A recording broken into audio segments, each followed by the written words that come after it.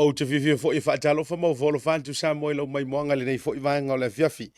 I na ua 5 minute wa te enei le tū lai wha I le teimia mātou I New Zealand Afi Aotearoa. I le nei fo I aso lulu. Sa ori la waso. I aso lulu. Aso lua sumre wha o le masina momu. Whakoa a makari le masi ngari I arkausa ngari e kau whengumia I aso ni. Ia me fo I le vave pe o le alu o le train.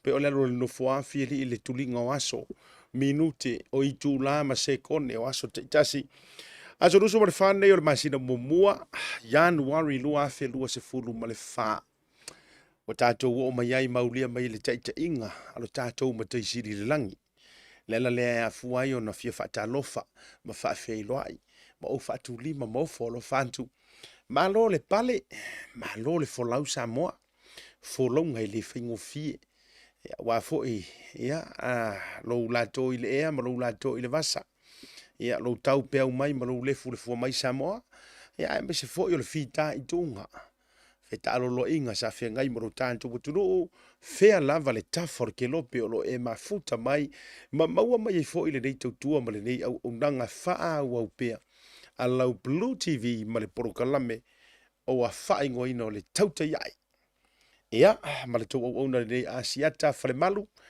Le fo ua, sa e mai lungo le peau nganu le ea, la ata whaasara lau. Ia, ma le tau tua tātou te mio mo tātou militino whaatasi. Tātou murumuru au foe, ia au mai, au vatu, ia o ani tala le lei, longo le leia ma tau le leia. Tātou te sa ili ia mea uma. Ia o hafo ni kala makua whaale kongu monguki momoia. Tātou te awa ili ia mea uma. Ia en ngata I lea o mea sa tutupu, o mea o lo o tutupu, ole a tutupu. Ia, e tātou te tau mate fo I mea le I tutupu. O le alofa le nao lo tātou atua. O le alofa whapito manu ia tasi ia I tātou o lana whanau. Ioi, so o se tangata soifua o mea mana whaia e ona a au. Whamai o le pale a li I o ana fofuanga.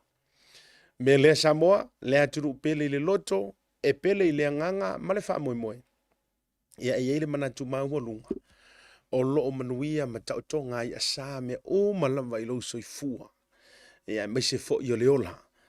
Ia o fea fo I sa fita aloloa iai, o fea fo I sa utu vai ai lo tātou waturu, sa uru whalo ai lo, whao ai lo tātou aturu, ia I tūlanga o le. Nga wino le vao, ma le whaai ilo le tai, sua le lapauta ma le lapatai. O au ma lava vaenga sa fita I tunga. Whaao ngase ilo tātou uturu uri nei aso. Ea whaatalo whātu asiata ile nei vaenga o le fiafi. Mai ama dou I Aotearoa nei I lau whanua lafu le mu o New Zealand. Fo mai o le atunu ue lenu lau awa e mea matalo na mutia e tele atu maa moi lo tangata. Ioi. Ia, e le tātou ofisa whaasara lau nei Manukau nei. Whaatalofa mo folo whantu. E le suafa manu malo o le suafa. O le ola. O le li o Yesu Keriso. Ia te outou umalava. Malo lava le pale. Pa ia o Samoa o sa mawhainga. Ia. Wow, le faiva leo tu mua mpule. O le faiva leo fare polu vume o le fare polu tu ta faitia. O fare polu tofinga, o le fare polu malo, o fare polu papa. Io ena tu ta faitoa. Ia o le tau le fatu ai nge tau si ei fo ilari tari torunga. Ia o le afata lolo atu ia I malae mamauta tau ave o le aturu malae faitau ia. Ia wale usonga tu mua mapule. O I tu au mala tau ai ngari taima le vaa o fono ti. O la tau le fatu ai nge tau si. Tau te pola pui pui ina tama ia mo lātou ainga ma lātou tama. Aingo tupu, aingo aingo nofo, aingo papa. Ia ainga nau te whaifa. Whāturo fu ili tātou motu sā, le motu o manua. Eoe, o mai ele o se ua na whaafua veta o le ua nāfua mai manua. O mea mā ngāfua mai mangua. Eoe, ia wale fio le tui manua mo na te whaifa tui le motu mau vao to. Ia e teina ni fo I le motu salaia wa sua ma vai fanua le whangawhanga o mangi whai ngao le neuli ma leo nena. Io e fotu le ngahe malo tu mau nganga moe pango molo I tafu. Io e. Ia la roifi fo I ma le whalesau ma le whale o maa vaenga. Ia o malae ma mau ta whai tau lia ia. E tu matila ai le to o wa sua ma le vai fanua fo mai tu langi sa ole ma sale o mua. Ia e teina ne oe le lau niu ni selua. O le tātou usonga, ka mai o Samoa, o le fatu, o le penina, ioe, o le penina, o le Pasifika, a o le fatu o le Polinisia. A o Amerika Samoa, fa mai o le fiafianga. Longo winga, leki yo api e kelengi fa ngongoanga i Samoa i upodu, Samoa sifu. Awa tatou fuani o tatou taulanginga. Fa mai, o kukuila, mamangua, ia po kukuila fo, o le moto fiafianga. A o siri, ai ala Samoa, isi sifu. Longo winga, o le moku e kumu i fa ngongo. E tumu i fa nono anga. Ia talo fale na ia te o uma lava. Samoa uma o lo ai tau malele. Tasire nei tautua wo fa upopoi. I le si o manga o tautua. A o oina ma tautua. E to tonu o le anturu. Mai o le tautua tua vai, ma le tautua tua lima, o le tautua futoto, o le tautua upu. Ioi. Ia, ma le tautua matavela. Ai saua i lo marakama le fa mai ole tautua ai tau malele. Ioe. Ia, po or kama fu ilele le fa ingoa o le tautua fu ilele polo mamau. Wa ka alor ka longa le kirikiki. O le fa nga zoro le liki er pim kar taimin nei. Le fa nga zoro i otara. E mala malele ia yala ila tau e fia i fala nga mai le kirikiti fa Samoa. E ia yo na vaonga ngana, e ia le mulumu, e ia le whaatea, e ia le leina tā, e ia le leina tā ofi, e ia le puni olo. Wa vai ora kele ia. E ia la ma le polo mamau. Iyo. Ai fa mai marisika mi ki fa vale maku. Ai ai ma le polo pulu. Iya. Ala fe siria ku fa ya. Ka u mai vaonga nganga e ke mo e mero. Mulumu, lega ka ofi. Iyo. Pungi olo. Iyo, ore pake. Polo mamau, ku warga bingi o fi wa kali u marko ake. Polo mamau, o so mai le somu. Ma ku warga inga kira o so mai no marka mai polo mamau. Marka mar, oh, polo pulu. Polo pulu. Mare polo mamau. Ia le na, o le winga lao lanta tala, o le tautua le ai tau malele, o le tautua le nei, ua tele na whaata mau ai ngai nai, Samoa. Au kako iai er kako whaka, o le kako whakarofa. Ai wui kako ama wasinga whasi vai vaenga fui lele o le tatou whaatarofa i tau te tūtū, ma tatou whaasoa ai e mwhaia. E whai atu la tala, wai kasi le ngai kaukua, sa tele na tusi li mairi ko kele aso ia. Ma tele na whaasino sino mia. Ka mare o ai kau malele, wafo ilanga peisa tele lava ina inu le au vaenga le kua vae ma kua lima ma kavela ma kau kua upu ma kau kua fuku. Pe e tele ai na ifo ile fui ngiu le la palapa le au vaenga nga. A o ngai kangaka ia nga ai kau malele ia soia. Ye pia sea. Mawangia mangoa. Taimila le nei. Wakele ngau lele leilo ko kamai e whakua vai ma kua lima. Wakele ngau lele lei. E mu mantai le afi. Papala le fata e pe ai lunga e kori ni ngiu ye so uma. Ai palasi e kuari se furu wafere e kau malele fa meri sao. Ora kamara ngā e sau e ngofo.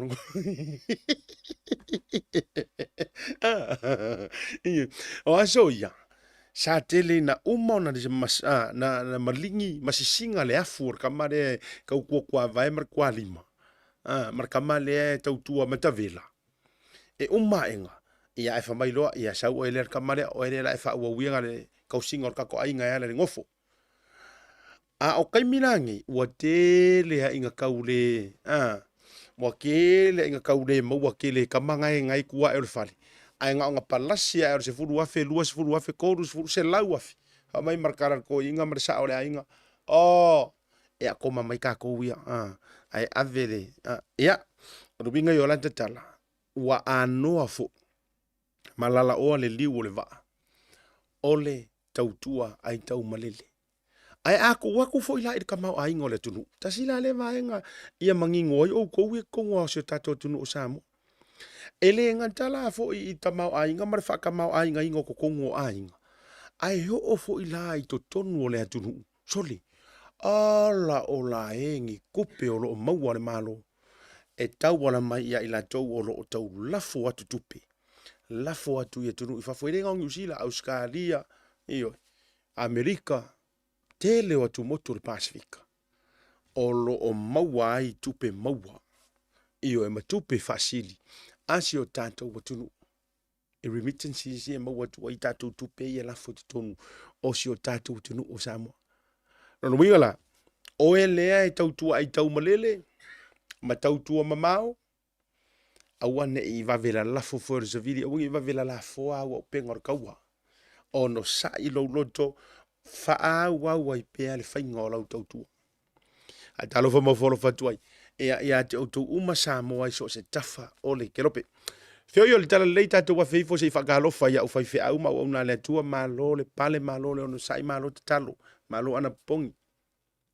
Whaaftailo tau whilinga e sa ili le atua a wamanuia o ainga. A wamanuia o nuu, a wamanuia o ekalesia. Whaaftaila tau whaatuli vai ngau I le atua, whaatuli vai ngau I tau tutu atutuli mo tau tangi I le atua. Ia iaio manuia I whanau whaaleanganga. Whaaftaitele. Malo le totoa ia te outou au na le atua o lo tau wasu le ipo le ola. O lo alanga le salamo, o lo atu itu I whai totoa, o lo alanga ina le upu matala I le tala le lei. Iyo e tau ai whapeni tangata ia kāpungi o whale I rumo o tau fōringa. Ia ngā whapenga, e le whaingo o whiena ngā ruenga kālai. E le taimi e tau tu ia tuele whai totoa, ngā kakala mai ia le mea uri kiro mai, o le au mori maua Iova, o le au mamonga, o le au assembly, o le au sfiku, o le au koe lele mai marafiko ko ofa, koe kiki, anga ka umia I rumo rau pulo isu. Wātu fo ile e lave, fo ngale I kumukumu risu. Ke ingai ka mai ki ke ingai ke ngeki ke ingai slam fo ngale doors I lumo to furinga ai malo ale toto o to loto malo le fi nau mo ngalwenga a kapungi mai le sifai koko e ka kala ele atu le sifai ko iyo adalo fala mo folo fatu ai mo fa malo si awatu ele to tele o to e o lo o ta asele ngalwenga le tu o lo fa ma lo to soifua e ngā ruenga. E ai si wo whioki e kuro. E ai si wo maali liu wai ma umairi soifua. Ona o le tala inga o ngā ruenga lentu. Ia kā kou kere kio. E le phone me lea. Iyo, o le wha malo lea ma le wha aloto tele au whai ngā ruenga lentua. Ma so o se whakanga ka kāla I ono o kau alanga I le whingangalo lentua. E le phone. O le vaisu a o kofesiri mai. O le a le vaisu a le kangaka e kau mo le tua. O le kali o le oti mo le tua. Iyo. Vai ese kuloa le ulu o la poskolo paulo onga o le aku o langa mau ia Yesu kulo kasisi si vatu va fonga la tunu e fa tau nisi o le au apostolo ona o le mau ia Yesu kau ai ala isi onga o le mau ia Yesu e le a uma fa maturo me ka o le fasioki ma tangata valeina fa maturo ona o le mau ia Yesu al mele ye ya amaro si au tu ya tatou lo fenga luenga me se fo ya le to tele fo yo tatou o e fo ye fai ma fai kala ma fai ngai au fenga luenga au ka ko ye ile fasi vai suole al fata lo fa ma tatou fa malo e ta u fo le vai ngale o le si vai nga ta u ale so fo nga tangata au wange e va ve fa ngalo fo ile ngale le ma se me le nga fai e fai fe au ya oi iyo e fa kwala ka kala le awane ingalo ma vave fa ngalo ye te oe ona e fa tau te e se mea le leinga fai e se sieke e feo lolo la re kanga ka fu ilele a wala ngongalo ngale fia ona ngofo ngu lea pe alu ngu iyo le ngai o ka ko o filifili nga sa o loko kanga e te filifili e ya oe ia ile au nanga i te tapu wa iai manga kuor kapu inga e fai mai ele nganga ma le fa maungi kapu ia haure kele fo yo isi kangaka e longo fie ku ape o va mai fo nga va ma pe o ye pe o ise me o fa ka ke e ngai fai fe au mangai fa ku mangai ma ele o ese ngu a o ese pisa ia a o ese ka pisa ia ma tau tala ma pe fai ai vi oloro kanka ye uma e ngā alu ngu le lei, ko kuri le kua ma whape aku, wa waru ese ye le mea wa ule fia i lau au na lea le au ngā lea oe, ia wa isi vaenga wa ponga kia ro loko, e le o mawhainga o waru ke kaukala iai ma whairoa iai, a wa ukula ia mo o waru ese wa so ngofo ke isi le fale so koe sa iri ak, si? A ko ai ngā mea fo ia o le uma e ngā wa e aru ese a e aru, whai mai au status, whai mai au post, whai mai ma ai whatutua ngā ingi ka ngaka, ngā ke le fo i se lako wao ngā i lo soi fuanga ma lau sāwaringa. Wow, unbelievable. Wana i ngā loia i tātou. O le ua wha uina e lea tua. O ua wala auinga fo i lea kua. Ioi. E o tula, ngā manatu ai o le tangata ma, wha lau kele ngā ma. Tate vai atu ngā ke whai kau ka kirongo fia fo i ua, wa ye fo isi wa fa sumu ka nga ila ufai nga ruenga masanga fi au masanga farekua masanga wa amaka nga fai ya e kala ma fai ya ele ma lau wa ele ma lau wa ele oi so ya e ya me tatou te ta alo mo tatou ula ia ai sa fa le ko pe kilo ai wa ka ko ke ula me pa ia ma me wa fa winga iyo ngai le sau fa tangata se tau i ale tu ala no le mo tatou ave ese ia le nga o langa le anga fa pena mo tatou a ua ele fia o la ule scenario e fai o la ule me e fai a ye se me ke le fia ye alu le tala noa o wi ala o me wa o safari mai fo ia o kinga o sau fo ia o ko fingi o sau fo ia o le uso o sau ia o le kali le amale o ngofo au ke faale o le ia la ai me se ala ke lo le me ke alo fai se vanga wa fi we su eso wa le po fe ngofo ai o fo ina ipo ina mai fo ile ana matulanga fa pena wala ngai ele umai fo ile lalo langi fa talo fale mo o to uma la vale o fenga ruenga le tua o mai lo mara o fa kalo ia i tatou uma la vai lunga le proclame ni vanga le fiafi ma lo la vale on sa ma lo fa to iyo si o isa ako mai San Diego no au sala robati California nga tailo amelia fa mona vili mika ma to ma vanga keni tu munu vao fa talo fa tu asiata ia ti auto uma la ma se fo Maria Silva ia a mata vaonga ma to fu ma futanga ile ni vanga le fiafi fa talo fa tu asiata Oscar na o konnichiwa iyo ia ile ni vanga le fiafi a fa talo fa tu fo ile sunga le fia onga o le tatou au te tofitu le manu Samoa le fionga ya mulia ka tele po o le sunga tu isa mauli to fata Brian Lima ya me se fo o le assistant coach por fa onga lango ya fa maoni tau salo milo po tau sa ya male la to pulenga ma le tatou au le te tofitu o lea ua fa ailo mai le lisi o le tatou au maka ukia ka ko au le tapenatu ya mole so tatou ai i le tamu sanga i birth se kui foi lumar ke lisio ka ko au fa mo le lava so tiro tu ia lisio le tanto au ia na la o ko e kankanga ia ku Samoa o le lisi le na o le tanto au le manu Samoa ma ka ukia lava le o ile te bine dei o le o to va ia tu ta aro mai nisio tatu tama vo i le sa peisa la vevea ma tu lo fa pena ka peteni sunga ia va vasa afasu Numero lua, Maoni Junior Lalomilo, numero tolu, PJ telefoni lima, numero fa motu opetaia, opetaia. Numero lima, waina tuisione, kasilia kako kamaru koe fo, mana ia tamarea. Numero ono tau nuu niu le vaea, numero fitu, sunga ia melani mata va or kako pea au le lei ka fiki. Numero valuta mai jo liona ne weli le tu fia le o te fo il tatu ta mana ia le numero iva tom mai ava o tatu tam fo se fulu sunga ya po scanle no yo fo yo le sui ka peteni so martasi o tamatuai le fo o to yai le tatu au Elisabetta alofi po so male lua fa fo i faladiko ia male numero se fulu male tolu o le sunga ia malakesi iyo mai le au malosi ale te patasi ya o le tato au la le nate to fitu ale manu Samoa lea ua tapenatu ya wa fo ile luina o le tato wa oska ku wa ai le tamlu sanga we ne mi se fo poska ku champingi a fa tapena ile sia tato au mole mana tu fo olympic le kausanga le ngai.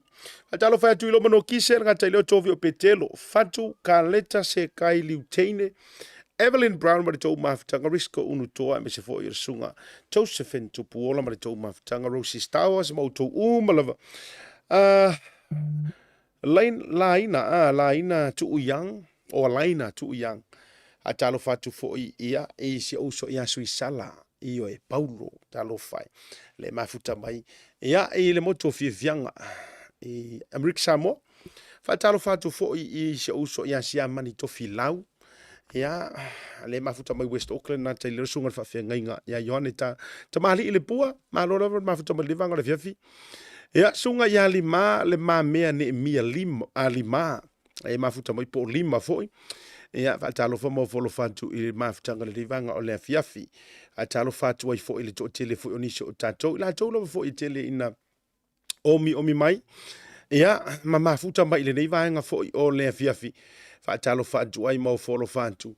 Ia e le nei vanga le fiafi se o se asu i sala si tua o i paulo le mafuta mai ma le tautonga. Talo falava ia tofine ia Ioana ia ma le tautonga lupe matasila ma le whanau mafuta mai fo i au si talia. Ia mai se fo i o Rosa ma David. Talo fo i le tofa le vai malaya asiata tavu i simo ma le fletua ia mai luanga.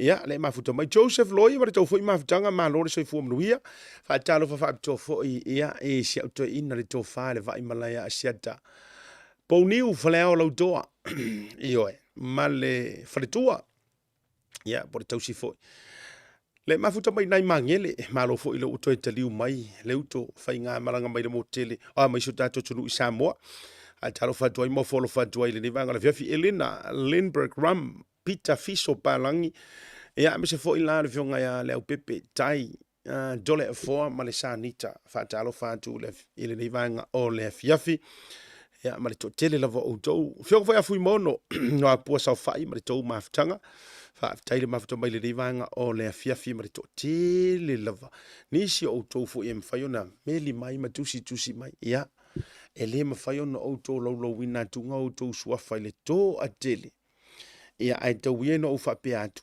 fa fitele le mafuta mai fa fitele ia ai le lango ino tato proklame mo tato fa salalonga i le afi ma le afi sunga i fa fianga inga taulangi ma le lavalo le totele o tato Samoa fa fitele lava ia i le mafuta mai nei vanga le fiafi fa talo fatu fo ia i se uso le fionga i le loli ia fe pulea i silila fe pulea ia ma le masiofo le ua maua ua toi taliu le uto ia ino fuanga i Brisbane i Ausitalia ma lo le malanga manuia ia le ngata ilea ia o le fatalofa ia e la talalupe Baiuli ala Tasi ia hape fo ila ia lua IT Brown ma le tau fo i maftanga i le rivanga o le fiafi ma lo la vale no sai ma lo le fatotoa ia manisi la vale totele o tato ma lo la vale no sai i lo whakarangonga le soma iei yo ile nei vanga o le fiafi ai malo la vai ante o ave fo le tato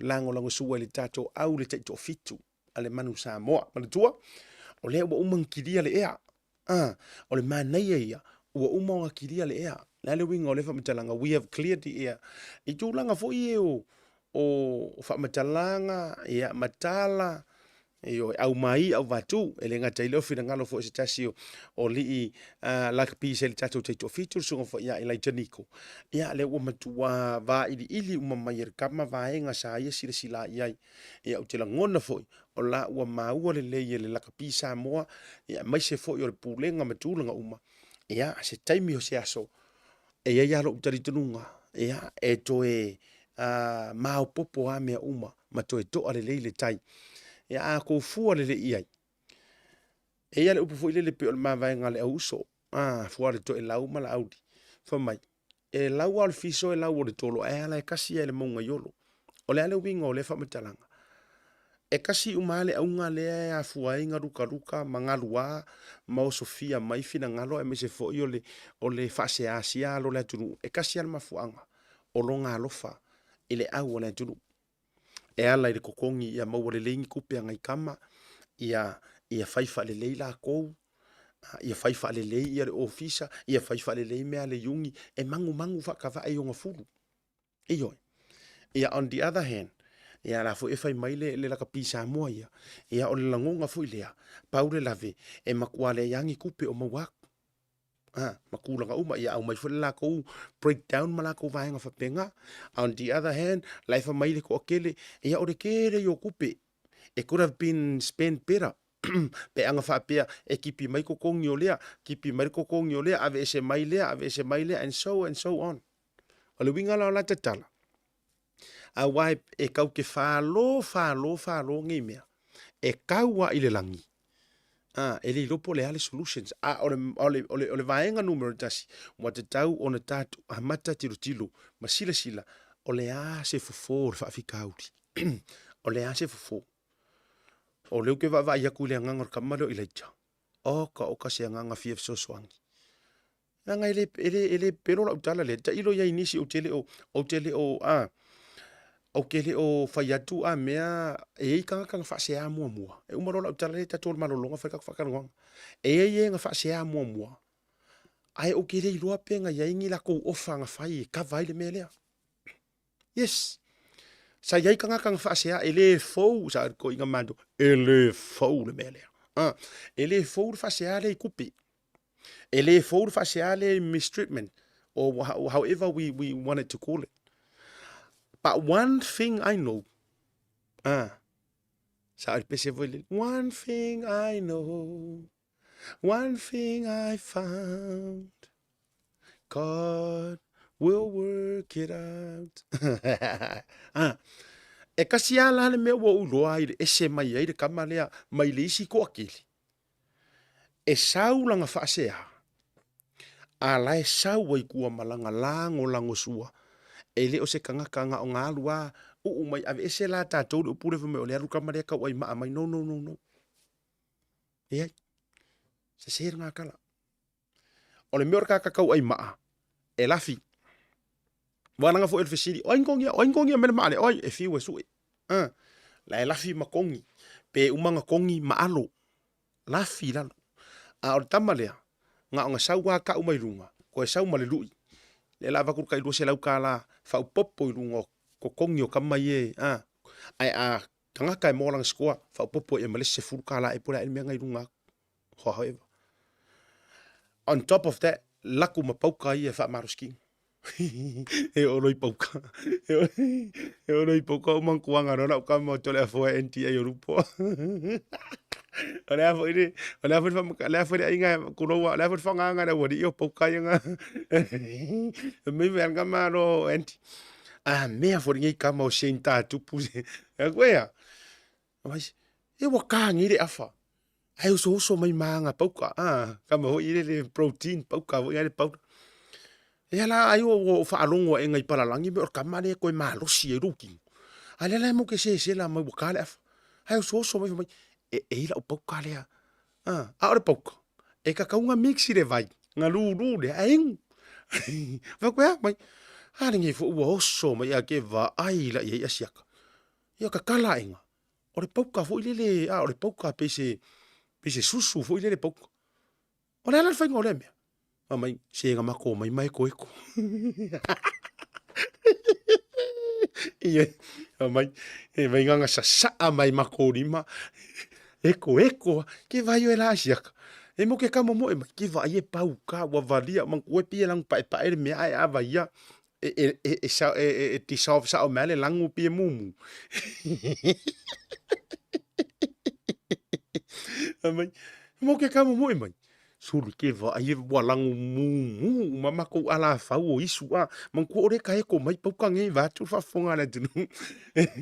E le I afare le ka alonga wo koe a maka vo le afa e le I afare afa momo asi aka ke fa alongo ku lo mangava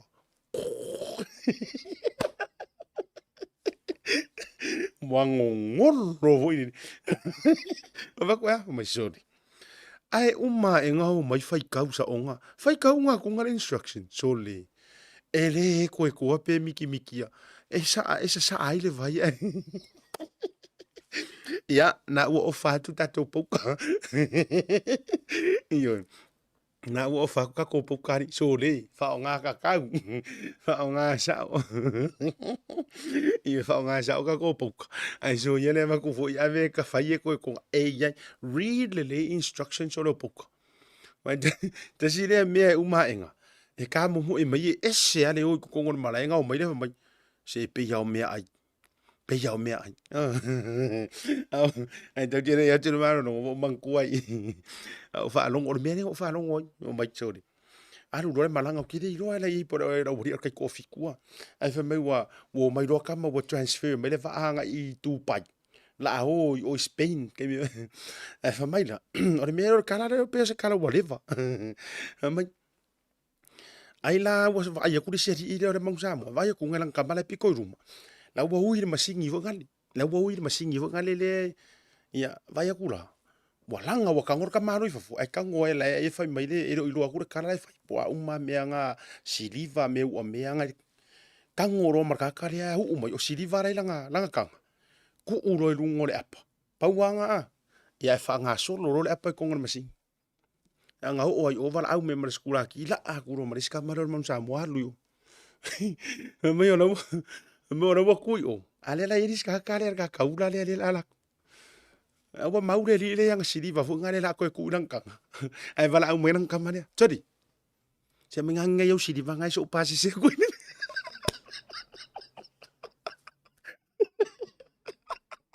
le le le va ku kamanga ya abai kang wai fa ki fa mengang yo sili va ngai se ko kongi la wa ku me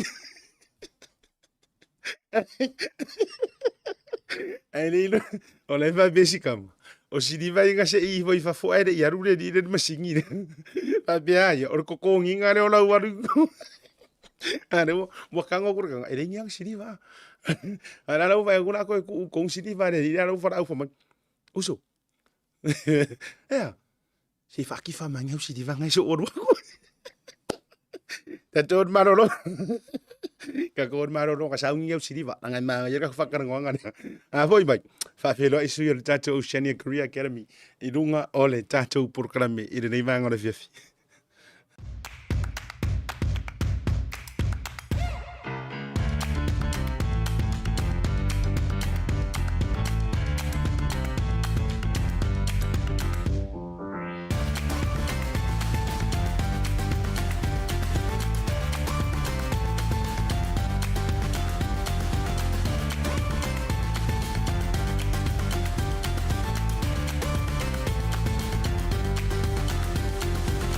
Tasi Market. With 3 locations around Auckland, you can get fresh produce from farm straight to your table. Grab a bite at Tasi Pacifica Cafe or get a new look at Tasi Barbers and Salon. Tasi Market, your affordable local.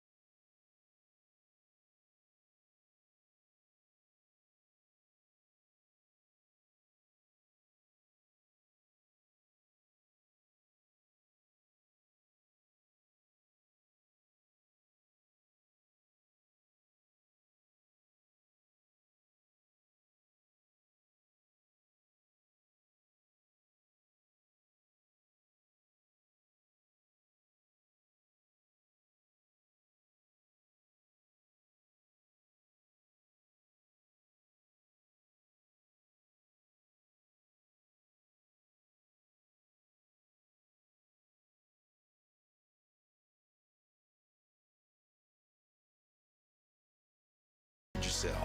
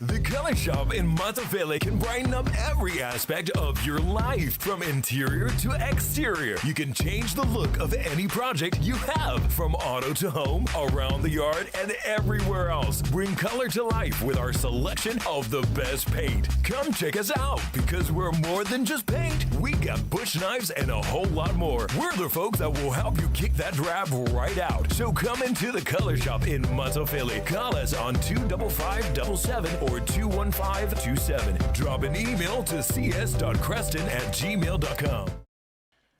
Jamilo matila utoe sefulu male fitu minuti ona jale o le July 5 le tautua whaua wala Blue TV me se proclaim le Tautai A'e male manuia fai walu tātu waturu whatalo whāturu sunga ia VCT le mafuta mai nei I le pitonu ulea o West Covina pe au Amerika me se whalu telo tau maftanga o wholo whatalo whatalo tuwhi whailo atu. O le o mātou whaatasi ma le pulinga a le tātou au onanga a le Funno. Mai se fōi o le OCA Career Academy. I've got it here with me, our Tongan brothers, Tokoso. One of the biggest boss, in fact, probably the biggest, in the Funno business, which is health care, and it's got different services. Mr. Frank Goloi, our brother from Tonga, is a manager for the marketing and communications manager. Marketing and communications manager for the Funno, and as well as all the services within the Funno. So I do welcome you. Fio mai matala mai talofa Toko, Frank Goloi, and also olo ia ile tātou sui o le ngana Samoa, ia ale sunga ia wiki kamu. Ia le o mafuta mai whai masui o le Funno ma le OCA Career Academy I longo le tātou proklame. I'll start with you, talofa lava, how was your day? Melina yaso. Ia, vangia de whawhisit, ia avele o le whatowa, ia whai masuri mātou pule siri, ia na whionga ia whiungaru te vita funaki, ia mai se fwoi mātou whaalapot potong, e ta ua lava o le Funno, ia mātou te ofolofa, ma whaatalo whātou peia maulunga se tātou watunu, whaatalo whātou asiata, mālo lava. Ia whisiri, vangia o le kōwha, ia o lo manguia lava whaafkai, pai singa pisi o le aso, ia o le mesiri, o lo kako au liringa i aso, ma le fia, asiaka. All right. Also, it's your first time onto the show. I'm so happy to have finally get to have time with you to chat with you, Mr. Goloi. Can you introduce yourself and your role and with the Funno, please? Talofa, Asiata, and what a privilege it is for me to be here with you on your very active and well-watched program, and we really do appreciate it, because it's really important for us, especially in the department that Wiki and I are with it at the Funno, the marketing communications. That also includes community engagement, which means it's important for us to get out and get the messages out and promote our services to our people. Remember, the Funno is a community-owned charitable trust. It belongs to no one. The people on the trust and on the board are selected or elected by our communities to represent us, and nobody's making any profit out of this. This is purely to support and to give the kind of help that's going to make an impact in our families. And we have grown from a very little practice in a garage in Henderson about 35 years ago, and now we're the largest Pacific-owned organization in New Zealand, with around 200 staff and just over $30 million in funded programs, funded mostly from the government and other agencies. Wow, congratulations. So what are the services within the Funno itself available? The Funno was primarily set up as a hub of all services. When some of our pioneers back in the early 80s noticed that, and when our population started to grow, our family started to show up at the hospitals and other services within the government, but there was no real service targeted at us. Our numbers that are working at the time in health was very small, so our people didn't access a lot of the services available to them simply because of communications or just being shy or just being reluctant to go and look for help. So the pioneers, including Sir Colin Tukuitonga, Dr. Moses Maiai, was one of our founding doctors. In fact, he was our very first doctor. And these very caring pioneers thought that we should control or at least have the ability to choose what kind of services to provide for our families. And they started, and with very little. But now, as I said, we're in a position now to really support our families, especially in the areas that are lacking from other services, and particularly from the government. Well, glad to hear that. Now, by the sounds of things, there was a lot of involvement with our Tongan brothers. Do we have multiculturals now? Do we have Samoans there? Totally. This is a pan-Pacific multicultural organization. Out of our 200 staff, most of our staff are Samoan, but we don't just employ Pacific people. Yeah. We employ Chinese, Indians, Filipinos, all ethnicities. But what we've just actually finished a 3-day workshop last week where we shut down the whole of Funno, and all of our staff attended a 3-day workshop to make sure that we are all understanding, we all accept, and we all know and treasure the kind of services or the model of care we provide. And the model of care centers around families. And even though it's a Pacific-owned company, we provide Pacific care for all New Zealanders that need us. Well, thanks, Mr. Koloi. Wiki, tau whalau telefonga ia o nanga, isi o nanga I to tonu la vole fono le sa no ia songa ia Frank. Hatera mo le whafsiri a siata. Ia, e tere mato au nanga le mato whaala patonga, ia peo le social services, ia o lei fo ele whānau ora, ia peo mato le pitusiri na mau le contract e pitusiri na tere New Zealand se tuloua, ia lo iei fo ia le mato public health, pai whai o lo iei nisi o lo fia le sumpa, a siata fia le sumpa, numero tasi o le sumpa, a siata. Morning, evening, midnight. Breakfast and lunch. Ia foi mato public health team, a me se foi mato nurses. Ia foi na nurses, ia o lo whaingo fia i la taulinga ngana Samoa, ken mena fia no, tauna whaeloa wilu atu te tātou atu nu. Ia foi mato a healthy minds, ia pole soifua malo lui e ale na mafo whau se tūlau, wara whafu tātou atu nu. Ia pero nisina au ndanga na, tari atu lo fisiri a siata. Thank you very much. Now, let's talk about this OCA, Oceania Career Academy. Now, what courses are on offer at OCA for this year? Just before I go into the details of the courses, what we offer at the Funno are integrated services. So every family that comes to us, whether they come to our medical clinic or our dental clinic or come through the Funno Order program that Wiki just talked about. By the way, the Funno Order program is one of the best programs available in New Zealand to support families. And there are 700 families that we look after every day, every minute of every day. And so when we're in the home and when our social workers and navigators are in the home, they see other barriers or they see other things that they know that they can help this family. And because this is about building resilience, this is about building or providing the families with the tools to be able to stand on their own. So all of the services, whether it's medical, dental, social services, all of that is supporting the family. And one of the most important things that we can provide the family or help the family achieve is to increase their household income, right? For Pacific, the statistics still say that for us Pacific, our medium or our average salary or income per year is only 23,000 asiat. 23,000. That doesn't cover rent. That's our average wage for Pacific. So what we're fighting hard or trying hard to help our families is to raise their household income by more of us going into skilled employment, not just laboring, right?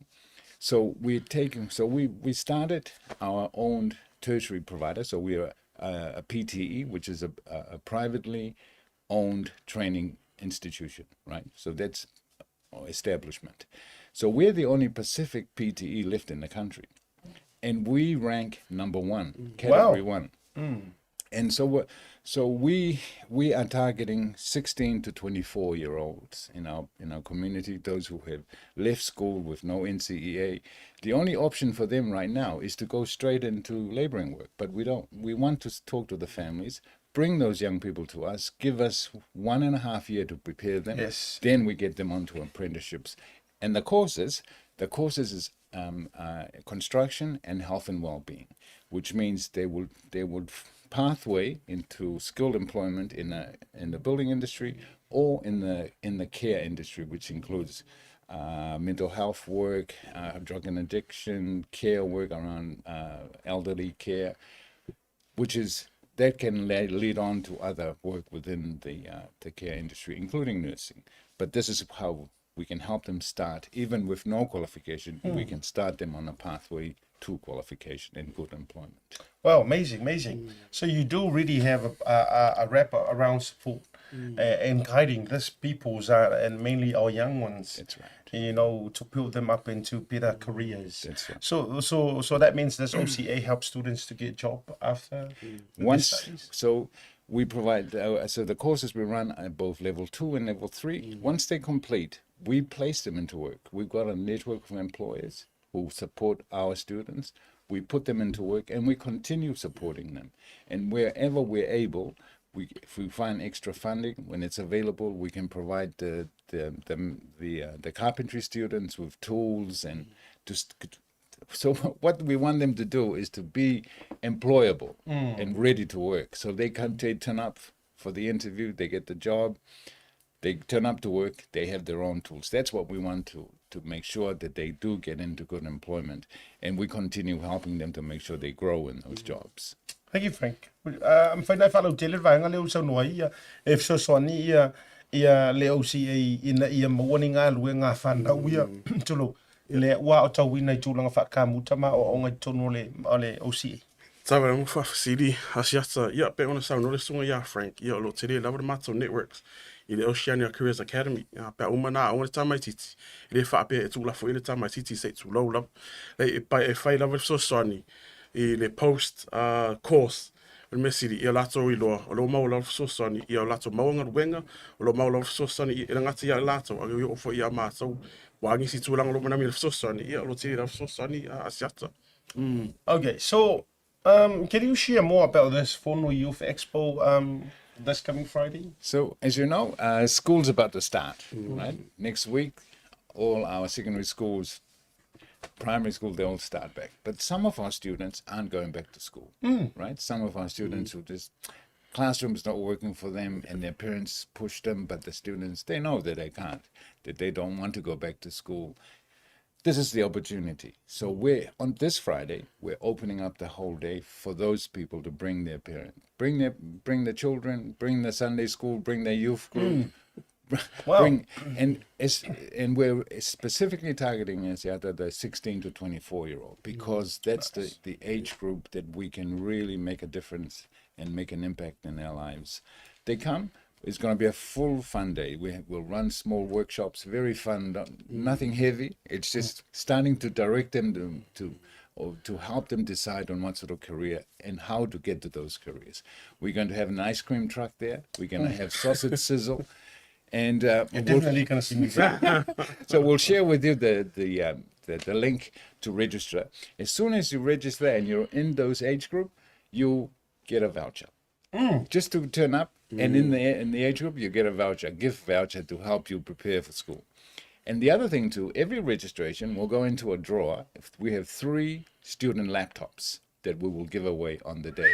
But the important thing is to come see what OCA offers, listen to the tutors, listen to other young people who have completed the course, and then we're here to encourage you to find your future, find the best future for you, and we'll help you get there.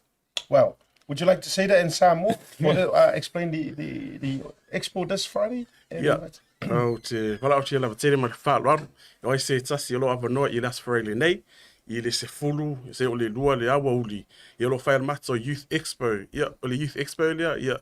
Pea whai tasu mai, Ia nati whawhora inisi o students, ia lo aonga le OCA, a bese fo inisi o mātou au nanga, ia lo iai fo ima le leo, iai fo ima le army o le lātou e o mai, ia e whaasoe atala i lātou garuenga mo le sida fia, ia peona sao no le sunga ia Frank, o lo iai fo ina mātou truck ai le ice cream, po alo flavor, po le kuri gumdrops, po le chocolate chip, pule lava o ia o lo iai fo ina mātou ice cream truck, yo lo iai fo ima sausage sizzle. Ai a Rocky Road.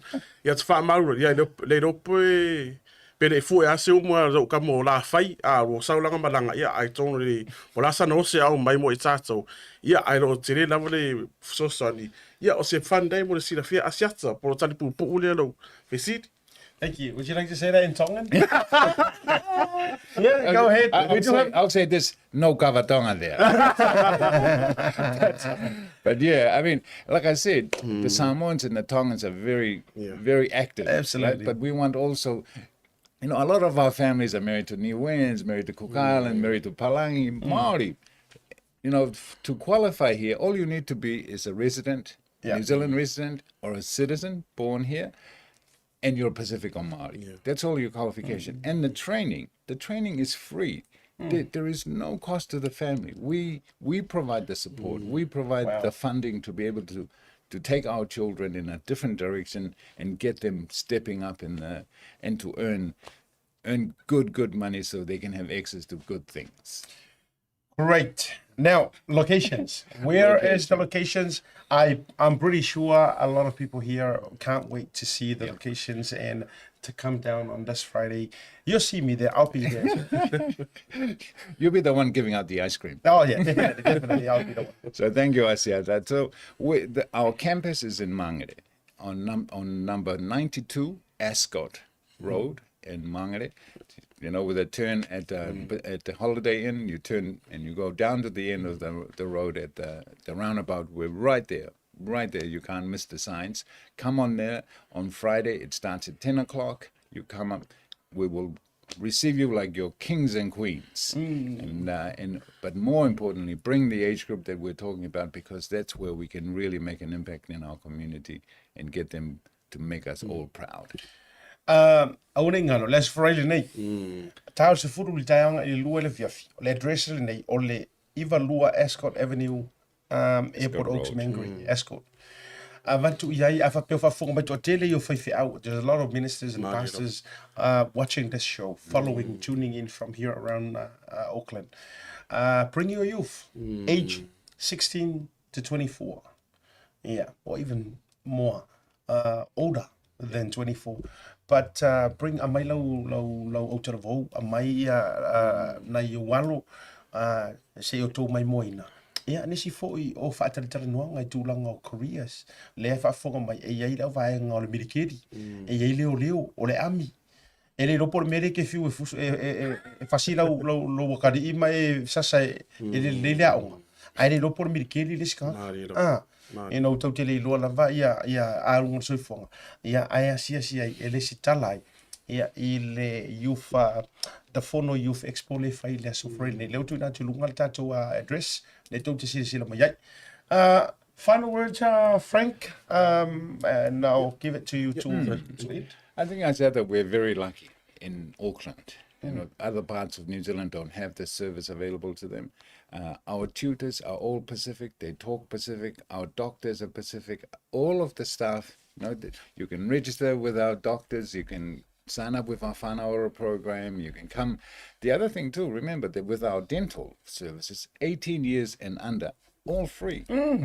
So there are services that's all funded by the government to make sure that we prevent our young people from growing up and then getting to our age and having to have false teeth. Yes, absolutely. And spending thousands and thousands of dollars. But that's also available to our community. So the important thing, as you know, when we're funded by government, if we don't use the funding and don't use it properly, they'll take it back. Take it back. Right? It doesn't roll over. This is your tax money.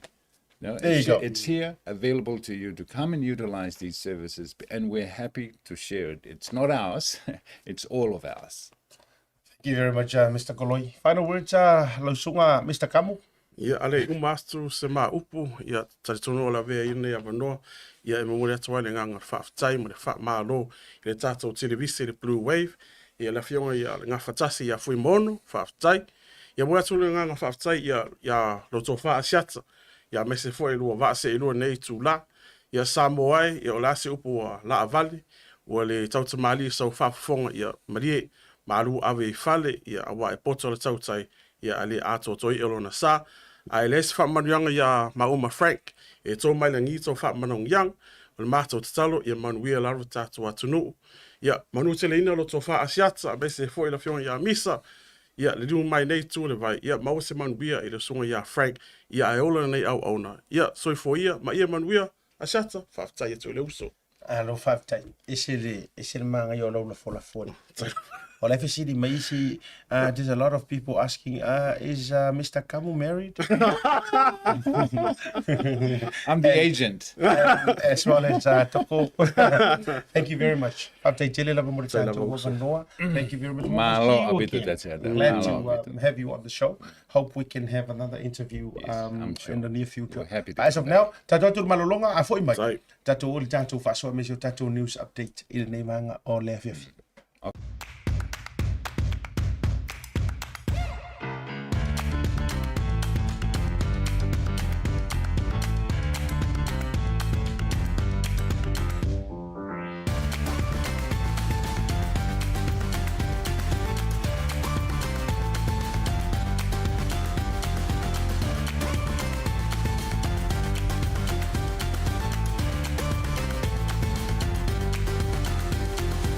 Tasi Market. With 3 locations around Auckland, you can get fresh produce from farm straight to your table. Grab a bite at Tasi Cafe or get a new look at Tasi Barbers and Salon. Tasi Market, your affordable local.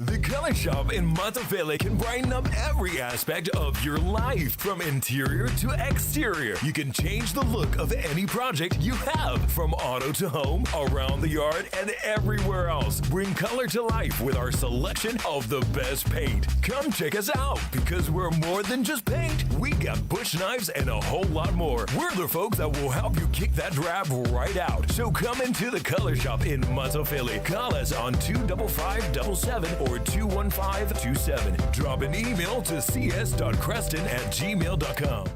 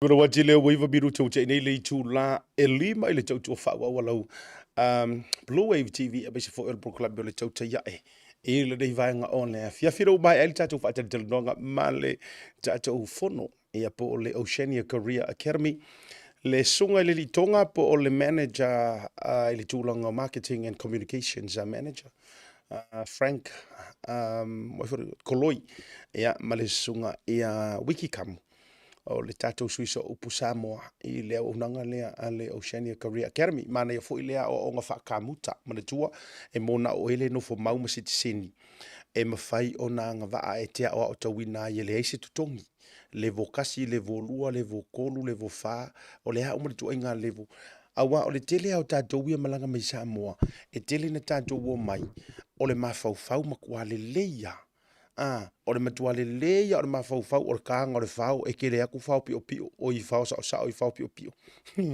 ai o le whasipepa e whao ngaina to e pauala ngā o le vahenga i tauna sa ili mana tua foi po le a le ko mai i wheo oi ai a le ise whasipepa o le whingatāia na maua ma whaalau tele ina tūlanga o ngā ruenga matumai i atunu uwhapenei o le mafuangalana lea e talo tuai e iai le whaalinga le vaenga e mwhaifuina ristala i lea sofraili nei ia ai pe o le tautake lava ia le tupulanga tala vau vaenga whaila ngai le wakau le ma aile pengkala pe walaku ngā o le whaifai vai o le aonga wana o le whaati ngā le whai aonga ma le whaiangi mea aonga ua ese mea waru whai le whale aonga ia maybe o i le to manga maybe o i le tali o le whaafika uringa o le kūleiloa e matua wha ma ai le whao la kouia ma makua sasa le samala ia ma le fua vai ma le fua koso a tonu o le lumana ilina a fua iai i le au whai pesingisi ma tangata pito i alu i luma lava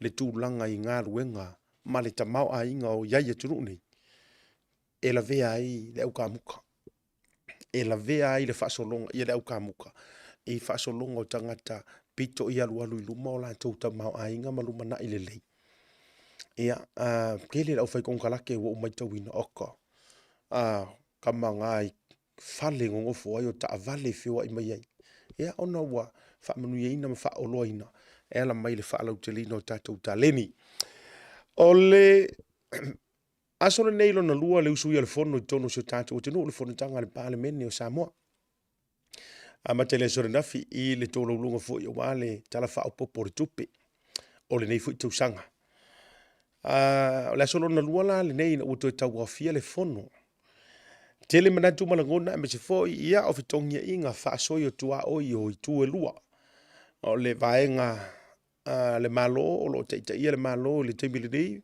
por fa tu le tua sa mo utasi e anga tala ile o le vaenga fa fai pui ia tau tangata le HRPP ia ke longa o le sa e mai mo mai wala ngai to tele la foi o ia tia e ia taimi mata ia matoe ofe faini singa luenga matulanga fa pena ai e isi tama i video no utango toi otomai se toi play tu la vai te sila mai e isi kama yangi lenga ka kupu ko kongo le moka fongo ai o te le tu inantu le tama i kilipi le na umona toi te wina ma tau fa pupu hina o te lo fo wa isi le fia wa kau i ke fo i le vanga le la auto evatua o le yangi le anga le la ina ua tau toe langa ni manatu malangona e tau wala mai i le saunoanga le whaipule o whale la taimi sa me tau tulo fo i tu malo na ia Afi ai le tele la vaenga fo i le ave whaafautuanga le whainga malo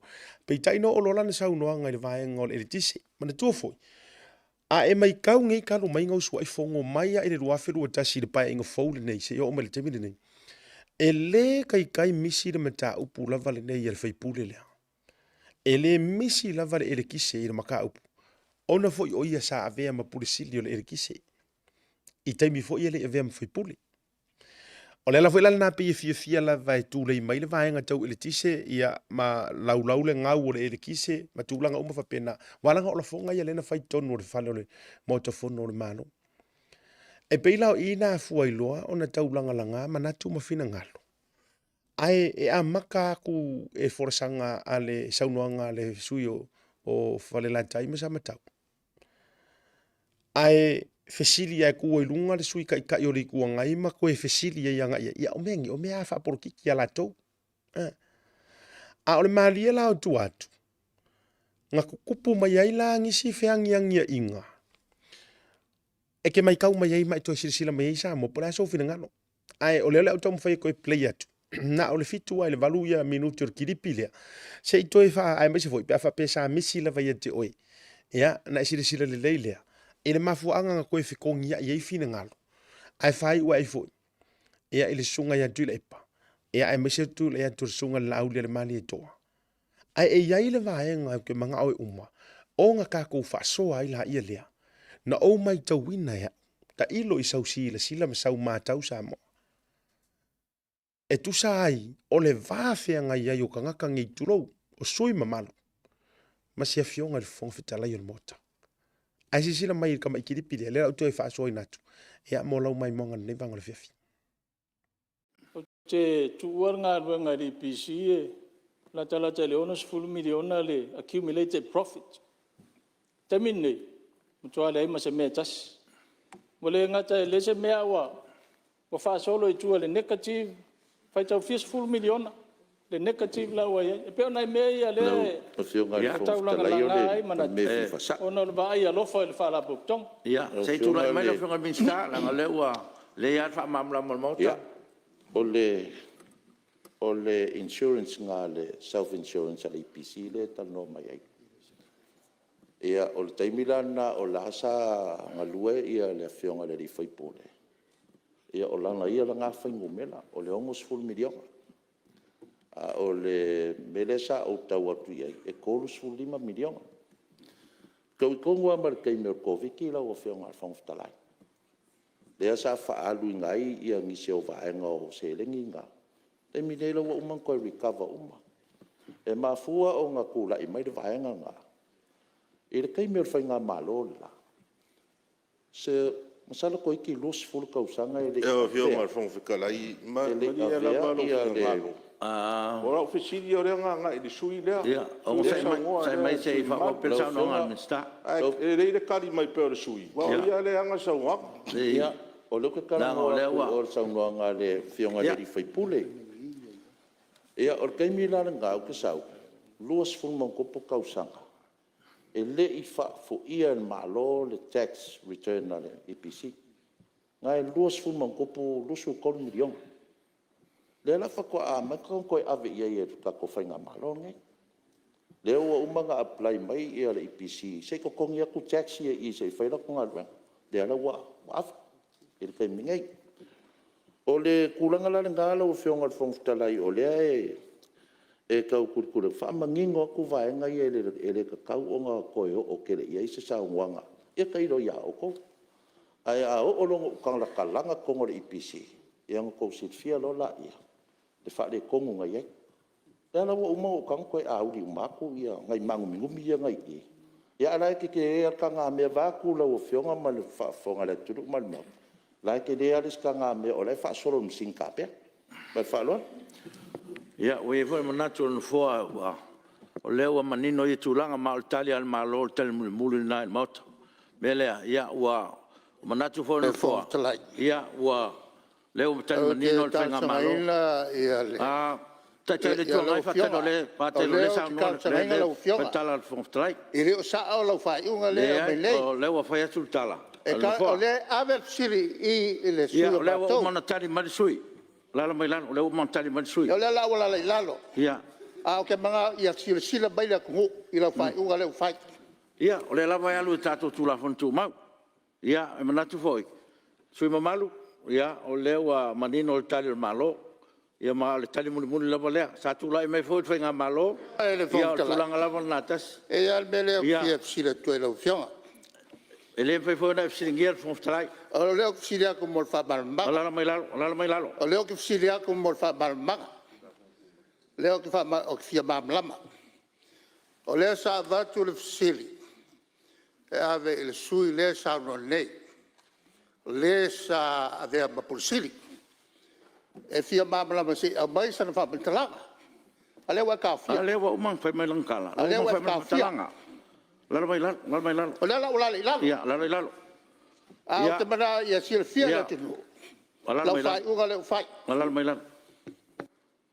Ia ua manatu fo no fo.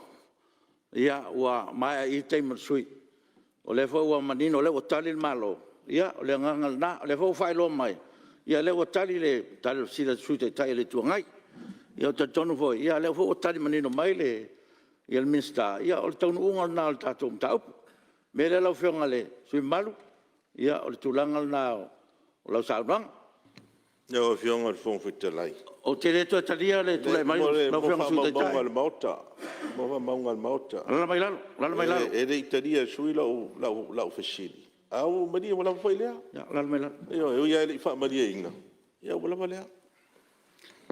Ya, lau whionga le sui mamalu.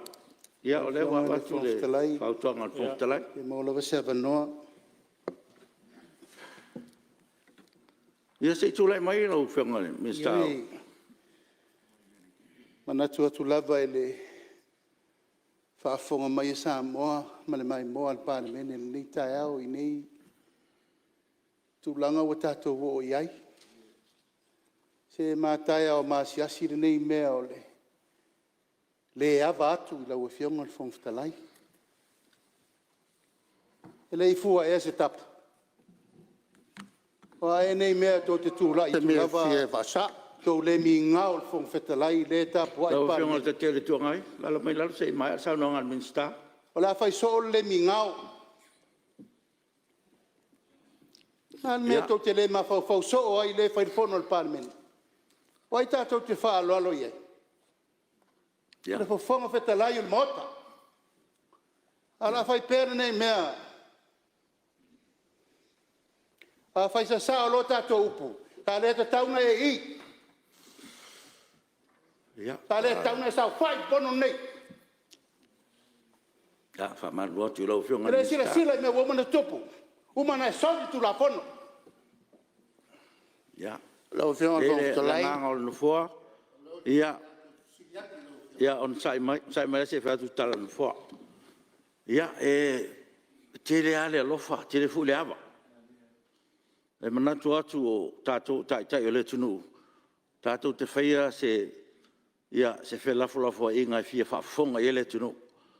A tātou olo I tūlanga whapea fia sau noa matulai mai. O le ngangal nā. O mono whamanatu atu tātou lafontu mau. I tai o sola. E le tu lafontu mau na whaia e whenga malo I nei. Tu lafontu mau na whaia nai tu o le mota. Le ala fo le leo tau whaia tuai. E le eise awa noa o se sia tangata e whaau I la vea.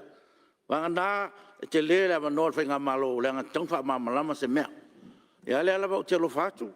Lau whionga te te le tua ngai mansu te tai. Ia lua alo whangia fo ile na fua ma tau whaingo ngā ruenga. Le ala vai mamal mangia whina ngalo sui mamalu. Le fo watari le malo. Ia sa wha pena fo I outou taimi. E le tali muri a o le tali al malo o le nā. O anisi mei tu atu. Le ava noa tua wha pena so tai. E atu tonu mai o le maota. Tatu wotu la forum tatu oi mesa sao. Le ngau te ava atu te alofa atu I ate o tau matu tua. Ai o tau rafa kia fo le whangtalai. E file mu at whangtalai. A o fo ngale fia. Ia ngau fo le ngisi tūlanga. Au kere manga o le mea nā. Le ngau lai wha whangfonga mai le tunu. Si le fia le tunu le tiutu le whangtalai. Ia maua file mu. Maua to maali o le maota. Au mta upuia. O mta upua wha pena. A le tali mu le muri a o le malo. Ai ei taimi. A fia mama umisui. Lai awa noa whainga malo. Au ton mai o le maota. Tatu wotu la fontu mau o le maota. Lo whianga sui malu. Ia, o tonu fo o leo wa wha mari eina lo whina ngalo o wha iunga o whangtalai. Ia, le nā tonu lama. O le vaenga le no mana o se I toe whaate patasia ia lau sila. A whapea inga misi a o ono tūlanga o ngā ruenga. Le ukango I oko mai. O le highlight leo ana le la ia I lau mai tau. Ta iloa I nisi o vaenga muri mai. Ai o le highlight leo ana le la. O sika mai whea sua inga le nga kula I mai. Ai a fua I ai. O le maka upu lava le ngei o le EPC. O le mata upu lava le nei e langa mai lava I so o si saunuanga. Nea, tu loua alpa ia o whale la taima sa matau. Iyo e. Wa tu fo ia la inga taua ana. Whale fitu la inga taua ana mana la tu tama. Ia mau mamalu. Upu ia whale la tai. Ia te ina ne fo ia. le fiole tamaitai fia me ia me se foi ia dala le vale ia ma upu ia joile mo le tau singa foi ia sa matau la tau ia ai le vanga no fo ma dala le vale ale wingo la fa matala e au mai la va pea le mata upu le langa karango mai i le ngau o le EPC a o le mata upu le na tula ia iloa le sui taitai po o le sui mamalu ia Funno la uofo ua kula i lunga ma fesili anga i le sui la vai o le lako vanga fa upu fai le fionga ia lupe matasile tolonga ta ma fesili iai a o avea ai oe ma CEO o le anga maua ku pe yongo se furu milionga le polo fiki le sa e aru ese pe ke fa ma vai o iai mana tua foi sa fa ma vai mai le sui le fa la tele fionga lupe matasile e avea ma e sui tau va o le paloka le la pi fesili e vai ngai ai i le temina fesili ia Funno ma e tilo atu le alua tu le camera ngai la kwa ia i foringo kuila e pa ma ia ma fai pule uma na e maua uma le camera lai kali ele le lai lau te ilo they knew exactly what they are doing kusa lau they are planning they intentionally plan to stir things up they intentionally planning to stir things up ai whaonga mai ai e kau mawhai mai ai tula Funno mau o le mauta. E kau mori ka ima mana o e tau mai ai i le atunu o mare lalo langi. Ma whaapea mai, isa lele wangau le EPC. Mua, ai se whaafikai o ke fia whaafikai. Whaafikai ai le mingi ska o ngā luenga. Le tō wha olo a fuafiti wā ai. E le iku umamai ngā e ka mai ki o le ala tau atu lou i ai tū te tele o le whaipule. Po le mingi ska. Ele ko mama inga re karinga kari le fisiri. Ele kari le ngo kusi la. Ole faino mera le night ta ua mai. Kai mio e yai. Kari le renka le koi olo o fisiri ale o ile faipule le na faila na saunoa nga fa la tai. Ole tali le ole tupele na manga la kai le ngos full milionga nga ke ka ua mai ya. Ele ongi polo fiki ole self insurance na ale EPC. A ore ngā fo ila kala kai le ongo se furu milionga ke ka ua mai. A kongula o laula ngā whai kau. Ese mai i fuainu mera ia ngā owaru waku. Whafonga mai. O le fefi ngā wa ia i whaipule ia sui mamalu nei tu lou le fionga mingi ska ia olo. O le fefi ngā wai. E aru ese mai lesi. A aru waku lesi. E aru ese mai la lesi whaasi o. O mga awa sa ukango e whaaso atu. Vanga le nunga program. O le sa ungoa mai lupe makasila. Por sui o falakai o ke aru ese mai as a pule e laka i le ongo se furu milionga le porofiki kua kuloi lunga mafongo koe la ko ia whakanga whaaforinga ku le whaingor fesidi pa lai roa le ia lai kau mawhai se i kau su e se lape po o fea ua ave i eire ngai kupe e ka i vave fo inga ngau o le whako afia whako a koru kau sangor ngai pa inga kuso lea ka a koanga renga kau vali mai anga lela. Tua tuloa ma le fionga le mingi skala kouia ia olo. Matali atu. Le ei ma le upule lea olo. Oka ngia kouka ngā mea ngā mango ua laku kau fufuru. Ua lava ale ngā kala. E ka ua kuai. O la iai kou mea la e wha la e o le alofa akong o le alofa o si mingi ska ia olo. La ua kau mawhai ia keu ma fō ala mea ma teu ruma fale. Ai a o pisa ku loa i mea ia. Ai wha sau wanga. To e fo i leo le wha mangingo ngai olo whai mai. O ke aru aku. Senga. Sa i le nganga ka mekila uri. Senga. O le ongo se furu po le laka i le ongo se furu milionga ngai ki whamea profiki. Me mua o kupe ngai ke kalangoa mai ai. O le self insurance ngā le EPC. Lona lua. O ke aru aku la i kukongu. Ele ai ma se me ka o se ongo se furu po se laka se ongo se furu. Ngare koru se furu fia. Koru suru 5. Am I right? Ngare koru suru 5 milionga. Le kupe ngai ke kalangoa mai le self insurance. Ai la se me ka kaunga su e le melea. ai se vaenga te tauna so inga ma o le foi la wo fa ma pu inga ku nga ai manga ia a kongwe langa se sui fai pule. O fea la le si koru se furu milionga pe a fai. E alu atu le fionga i le mingi ska o ngā ruenga e ana ia le matanga ruenga lea o le EPC po le marusi anga faale le tise. A fai la le fai mai le CEO e fuli mai lo kua pe o te whaama vai mai e ongo se furu pe la kai le ongo se furu milionga. Le kupe ngai ai kokong. Profiki. A lea la wakari aku le mingi ska o ke savari vari aku i kokong. E exit lesi, e enter lesi. O ke savari vari aku i kokong. Ma o atu le matou fai ngā malo. E su e aku wha maunga. Ngā le kolu se furu maunga kupu milionga e reise ongo se furu. Now my biggest question is, where is the rest of the money?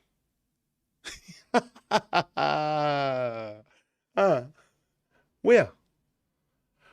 A yaila se me ka kaunga ka pisai o ko ia mafesiri ai, mafesiri ai, ya kia ufo if there's another better question to ask e fongo koe. Ai se ala le mea ua le wheka uiai lau whika ngai au mai e ongo se furu milionga ma le sau ore mingi ska i kokongu ua ngā o le koru se furu maunga kupu pe koru 5 milionga. Now, where is the other millions? O le different la, o le mea la ngai kaunga sue. Ioi. O le mea ngai ka kaunga sue po ai. Walanga o le whako asa vari kuloua, o le whako asa vari mai le sunga le fionga por ko whaia olu. O le whako asa ue whaionga kiuke. Su e kunga records. Ngā re koru se furu maung kupu milionga. Pe a whaikau ke kurikuri maka ngau le mele tau te pisa ai. Ele i aru ese i ale pule sidi. Ele i aru ese aku ai mare pule lua, mare pule koru, mare pule wha, mare pule 5, mare au whainga ruenga le IPC, mare au siingia, mare au sue kupe, mare au keu kupe, mare au whailau kusi. Ele i o ese uma. Ele i skairi whape ngāre whainga mea e pei o na tūlai mei Amerika. A sui lole prestene, e sui a toa level administration e aku kou. Ele i ska kou me whape nganga whaia. Tasi are tangata le na wha maa vai. Nga o rupe makasila kolonga ka as a pule. Or whatever langa position say yai nga whaama vai le anga o ai inga in order for you to tau vai le whainga balota you have to resign from your full-time job or whatever position are malo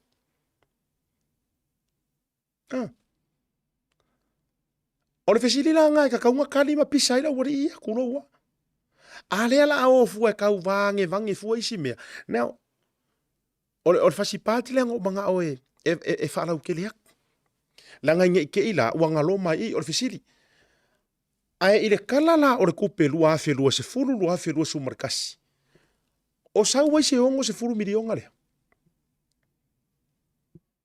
se uma ko ya lu yeso su enga langa o va vetu fa tasi tato por kala mel nefia fi ai ko yo o ya isa su enga po o sau la le kupe lea le ka le sau ngoa ia le faipule fa la kai pe nga la vea la nga ongo se furu milionga i se tala fa te tau o le tupe lua afe lua se furu lua afe lua kasi manga kua o le lua i kala kupe a iar fast lua afe lua kasi lua afe lua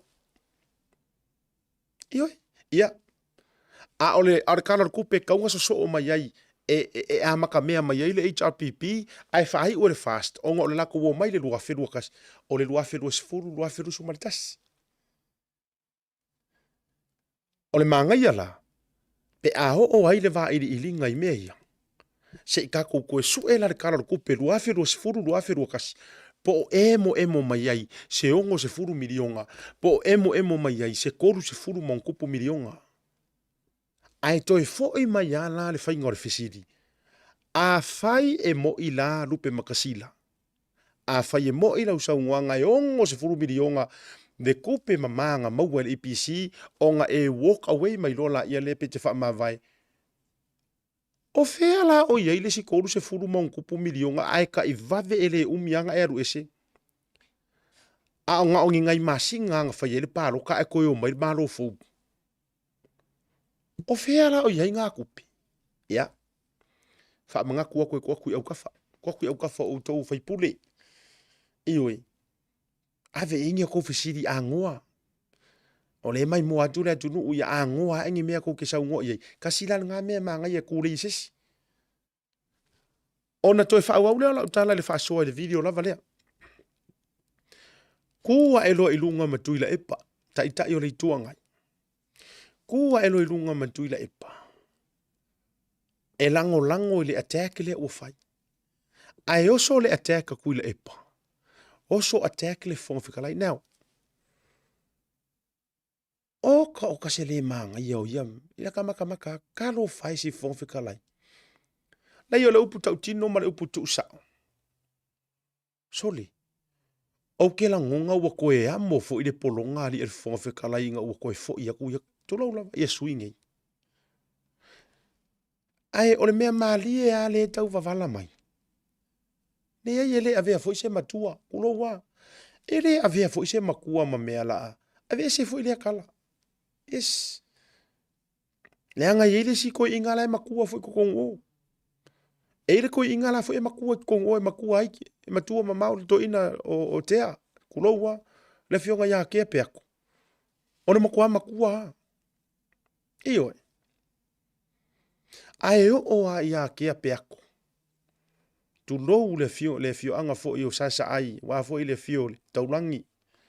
Afsuanga mito le foa. Iyo. Ai me se fo i ia. Le la tai o le pule. A le u. Ya me se fo i le matua. Te lai ia sengi malu ia san murianga. E o ai ka mama kuaranga. To le ese le avari il fon fikalai. O le ava i il fon fikalai. Iyo e. O le ava i il fon fikalai. La ukala lea. So le a ua ukau se kua inga ngaka. O le matua le iloa lava o le sifon fikalai. Ka lo fai. Kua ka whaalongo ale i ka ilo iei. Langa ngoka maua mai au kala ikiki o ka whaalongo longo i kaimi o masoe ngiko. Iyo e. Le kiu ka makoa. Sua ako ngio. Iyo e. Asiaka sale imoa. Iyo e. Kaimi nga. Parusalu e whaapole lua. Iyo e. Fe pule a isemi. Asoro solo o makua. Kangaloa pika. Ngoka maua mai aka manga. Ngoka maua lelei mai amo ka whaalongolongo ai. E kupuola efi. Kurour kui akua. E le kai. Si i whaapea. Se whakua i fo. Pola kai vau fos. Le kai. Si i whaapea. E whaolole a kamanga. Lau a fionga li fonga whetalai. Se whaamole lau a fionga li fonga. Ole. Ai ese ia ku ai ngā whai ai ngai ko inga ia li si fonga whekala ieri. Kua ese a. Te lo e la ngono le whaanono. O le songa le ko ke o inga mai a mato. O le songa le ko ke kango fie pasi mai. O le songa fu ile o le matua le mafau lava le fonga whekala. Yes. Ke lo le leanga o le songa lea. Ne la fea tula utala mala uia whaasoa. O le leanga i o le songa lea whai nei le tai o le tuangai. Leanga o le ua amaka. O nga influence ai maisi whai pule o le kuangai. Me lea o le mea o le songa kau ai le mafau o sau nganga kulouru whaafonga Samoa. Yes. Mafua mai i. Mafua mai i le kai. Le songa kau ai. Nga le kangau ia makalafo. Va fonga i langa saunga. Ala ofisili il fonga kalai. Ala ofisili a o il fonga kalai. Le ai ke le mara manga ke se. Okay. Ke la longa anga o se kali a le a se si fai pule fo ile le fai anga ia la fionga ko la fo fa afisi o fonga kalai. Sakingi. Avere le fa. Iyo. Over le mafo fa. Mai le kai ya fai se kala fa penga. Ole mea ea, ua ngalo lava ia te oe, te le o toi tai. Ore kua lalo sao.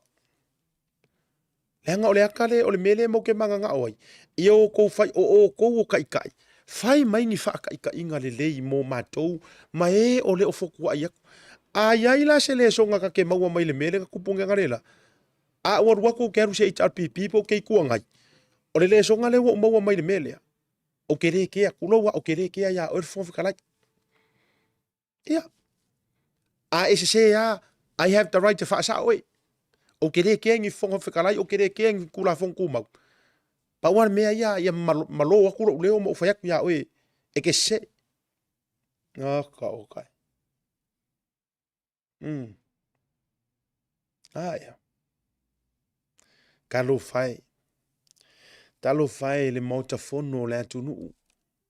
Talo fai le fonga whikalai o le ngofoa e. O le ngofoa e kilo ia e o le siri anga. A o lea ua sii ia a le mea piko siri nga le manga ia. O le mea pito siri na le mana ia i. Se i kau fai, se i kau feo lolo fo i pe ang whape o le pale mia. Ia. Se i kau feo lolo fo i pe ang whape o le pale mia. A o kaimi fo i la o fonga whikala i le fionga i le whaasinga ko le fua whafisi. Faku. Se feo lolo fo i la pe ang whape sa ungo whape ia. Au fonga whikala ia ko le fua whafisi. Ele ia se me whape sa ungo fua ia i whape.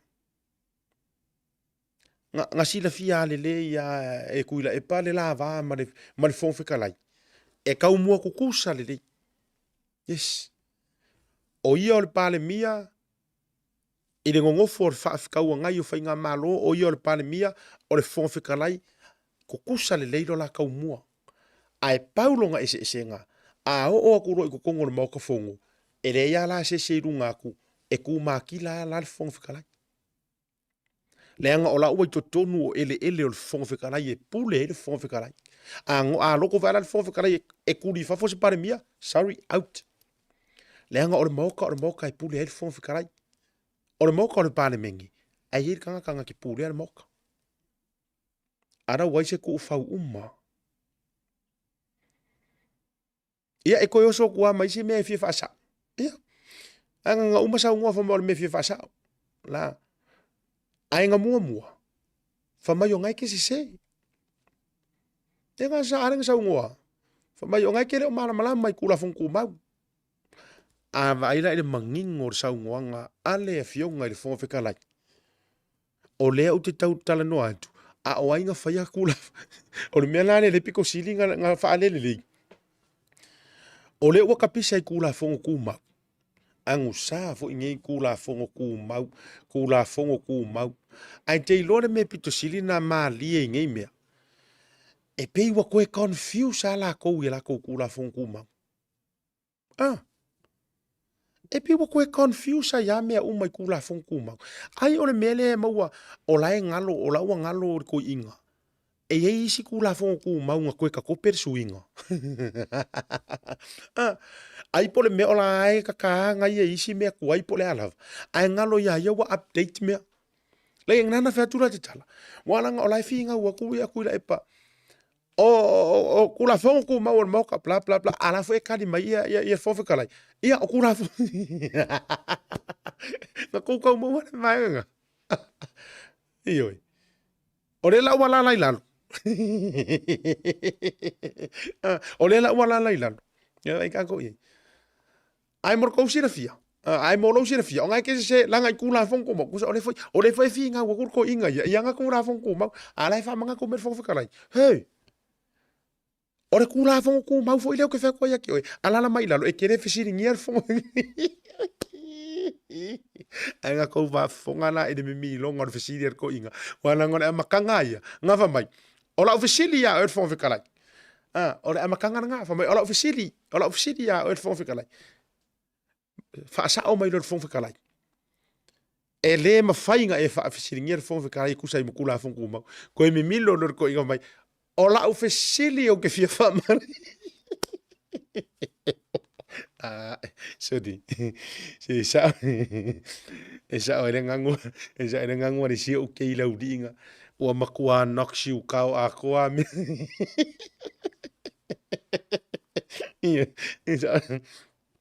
E sa ere ngangu ara ukamo ventem. Nga ukama wo ile nga. Maua inga e whakwa ile o leo. Your name? My name is Van Dam. Akan leo ngi usi lama vea koi. Come on. Van Damme is in America. What's your real name? America Maro. I am not American Van Damme. I am not an American Van Damme. I am a Samoan Van Damme. Si o keila lea. E whasua a varo. E o naro. E o ngaro ai ngang warka maro. Ai le misi ala ngang warka maro. Ah, knocks you cow. Ole mea kungwa nga re uwa i wanga i re fongo kako. Wa makana knocks you cow meu. Ia wafu ila e mafu ho fe ko knocks you cow. Ako ko fa fonga ile pe mangir ka ko live ni. Ko play wa o kango o. Ora e finga mo fo fe kare o kula fon ko mau. Are fo e finga mo ku ya ku ila e pa ma fo ko. O fu o kula fon ko mau. Now the series. Who's got the correct? O ai sa o le ngofo marikusi sa o. O ai le ngofo sa o marikusi kula fon ko mau. Sa o ilo ma vau.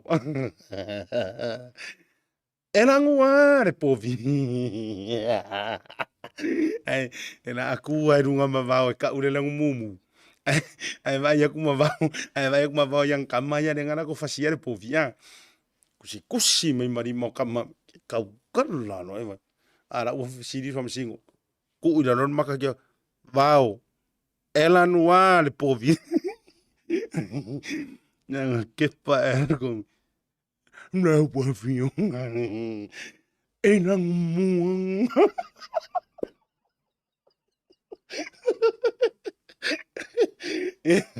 Enang muang. Sorry. Ale mere la mawar kusi i kula fong kumang.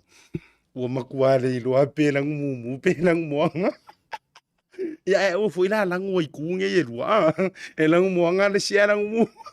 Esa, sorry. Pieva valo vau. Pieva valo vau. Vai de mo kwa ka u lang yang karang oi vau kong iyo. An ko nga mela le. An mela le la mo. Ya, ore ya ero i lunga la makwa ku. Fola ma ka pole ngasko ingo vau. Vai nga ya. Elang muang. So, ya maka mumu ai vai wanga. Ya. Ora mafu angala le na la ilona tu la ilo ma de sunga la ulen ma de to. Iyo. Ku la ilo ma la auti. Ese fo ile ku la ile kama. Na si fa tu la utala. O ai va ai ngai kokong. Me mele o le upule o ke whaia kore kanga ka wha mamaruinga. So karkalangua ku ia utou le upule o le tangata wha mamaruinga. Lea ngai ese ka ngaka kausi mamalu. Ese le tangata fia mamalu. E ese ka ngaka kausi mamalu. Ese ka fia mamalu. Au kausi le sila ngei makangkanga i mo uwa aia uia iai. O mamalu umai sae e ai le wa avea maka ika i o le kua ngai. Ingi kausanga se kele a ovea mpane mia, ma malu kongu aia. La ua mingoi ese. Ia. La ua mingoi ese. A la ua eser kangaka la ua e mayai. A tu la e tautala pe saungoa. E faa alo alongia. E aloa ia. E amana ia. Ioi. A kulai e saungoa. E wha mamaluinga. Ua iai a le favor le ngā. You know, you can name it or the favor of God, be favor of people, or however you call it. E iai a le favor le ngā. Ilanga saungoanga. E iai le lau walunga wha mamaluinga. Yes. E iai malesi. A oso ngeianga mea. E sa awaile aposkolo paulo. E peyor kakangi re sume paro kankangi mare apa me mea kaliti. E na ona pa vale lava. A ole o puina ia. Yes. Wailai na o tu la i roa ia le. Manga kua.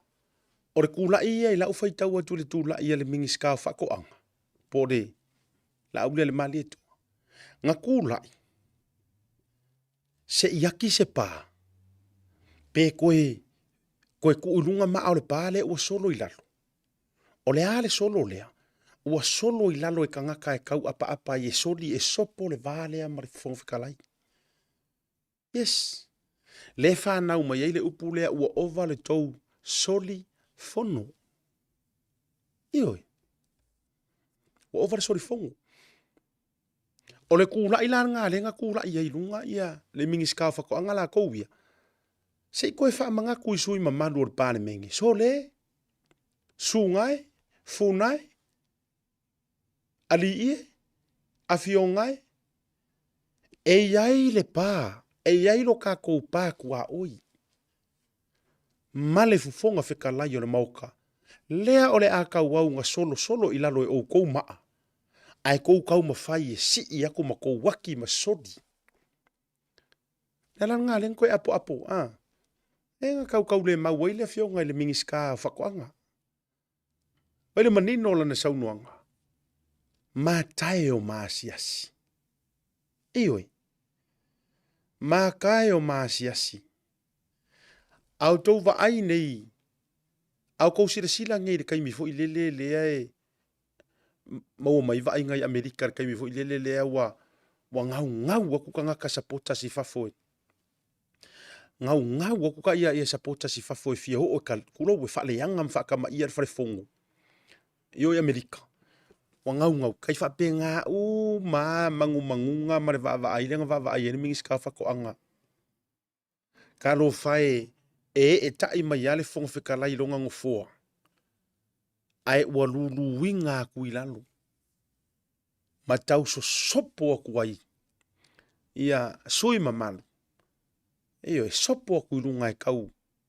Iyo e kau amai ave se mai ngofo. O fa winga nga me. Awai pa wana me ala so. O fa pe me o fon fikalai. E wale lei. Le la wa ku ilalo. Ai su mai lo sunga sa fa ilo ngofo. Iyo. Bailai upor ka malo le ngofai. Ai sa ngonga ka malo al mai skafa ko. Ele va pe kauseru. Ai mo miangisi e ko ke mala malama mo ko wava. E fa fe ala nga mako wava ku ya uko. E fa ko ala ukala le. E fa fe no to mana na o mai mau ke ava mama ko fa alo.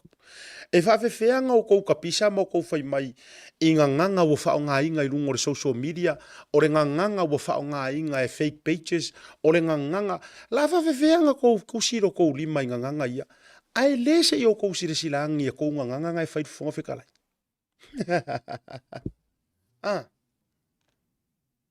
Ola unga lu ile vak. Unless pe until e ko ke show respect il fon fikalai ma show respect ya ko ile ko ke rola ukala e ko return na ko ile ko ul favor ala ukala ala maunga iyo ai fain ka kelen mele or ko mai ko ngau mai ko fa mai ma ko fa mai o le ma ngana ma le anga ya fua mai maunga manguia o se nguu wa kelen ko fa nga upu ai tele o mala mai o ko uma fala kele la kala o ko uma e a fua mai maunga manguia e a fua mai fo I maunga malaya o ma fua ai se a o nga fa pea a fai o le asa tau mai tau tai a fai o le asa ko mai kau mai I fainga o fai e le ko ngu ko langa uma ko e sa ale fa fau ko e liu se ko fa pe le o puinga mai ko nga iyo langa iyo manga yer kala riska kale mai give respect first to earn respect yes ya la fa felang ko fai mai ya ma ko la fa feang ko fai mai ole mala ole si melia e kele nga kusi mai lo ko lima o ko wia tai ma ko refer fa mai o lunga o social media o lunga I fare fa sala lau ma me uma e kusi me au ko lima fa mai o tangata ia le fa vesia le kuka no let me correct that o to Yes. O kou. Por kiki, kai, o kou le whawesiera ku. Lau kala mongi anga. Nā mea la ingo mai fokusi mai kou lima mo kou mai o whare whaasara lau o kou lea ya ma le ai. O le mākou anga ruenga, o le lipoki, o le whai o le news, o le update, o le longolongo puiari. O mākou ngā ruenga ngā. Ea, ko ke manga o ngā. Ko ke manga o kangu. Ko ke manga o ufi. No. A o ai le vevesi e la kungu, o kou kai. O le karisa o nga o kou. Ioi. O mafua nga umi nga vevesi le mea lea. O le lefia ko ilalo, o le si pe awhai inga. Ia, o le karia o ko ilalo. Kona mafua nga. Nela le mea la kou kusi mai o kou lima, ua ma vai lea kungu, uma vai rua inga supporters, o le au porkiki. Ngā kongua. Au ala nge koe ka e le ka kau se fai pule po soi mamalu nga koe sau ngoa mo koe kusi for lima fa mai o le au whaasara lau o le au social media o le au ma le au that's wrong. O feo vevesi ingi usila o feo vevesi ingi mako kungu ure wo sui fai nga malo o feo mako vevesi ingi a o le ai li poki ai le TV1 le li poki ai le TV3 o le ai fai ai tu ai mainstream media ma mainstream news o le fai ala ko news ia nga nga sasi mai a Winston Peters ping hier au fai news nga sasi mai a Luxen ping hier au fai news o fea o vevesi o fea o fai ingi mako vevesi mangi fai nga fake page ma oi fakungi kala ma oi fai ngi pepelo ma me uma o fea le ai mangi mea le nga la ka ma fua mai ja e ma fua mai kai wa fo nga fai inga o le leipa kungu irunga ia se mako kama uru sai mingi nga malolo ao o Chris Hipkins ioi kungu irunga si irunga o ngalima fa fa manguia aver fa malo Christopher Luxen o mamanga good luck ili ulo marka malo ai se vari ngungu ele mer manga ia ia ka umalea alu le or kanga ka sapota sia omi ilalo longa loko ma me uma koe fakiri foi mo ai se ai le mafai inko faia ai se ua vevesi le kungu o ko kai so fasao la menna fasao au ko ke kaua le pua mo ko lafo mai foi a matou ua mafua nga vevesi le kungu ua masai ainga kurore nganga ioi ua vevesi ainga ua vevesi mafukanga wale koe mafuka mafanga fainga wo mafua mai o ko kai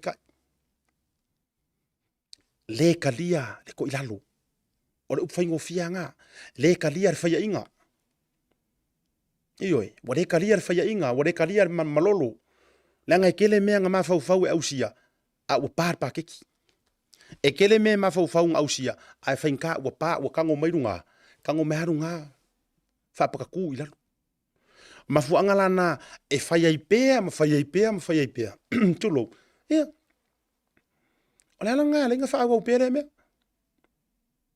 ioi mafuanga nga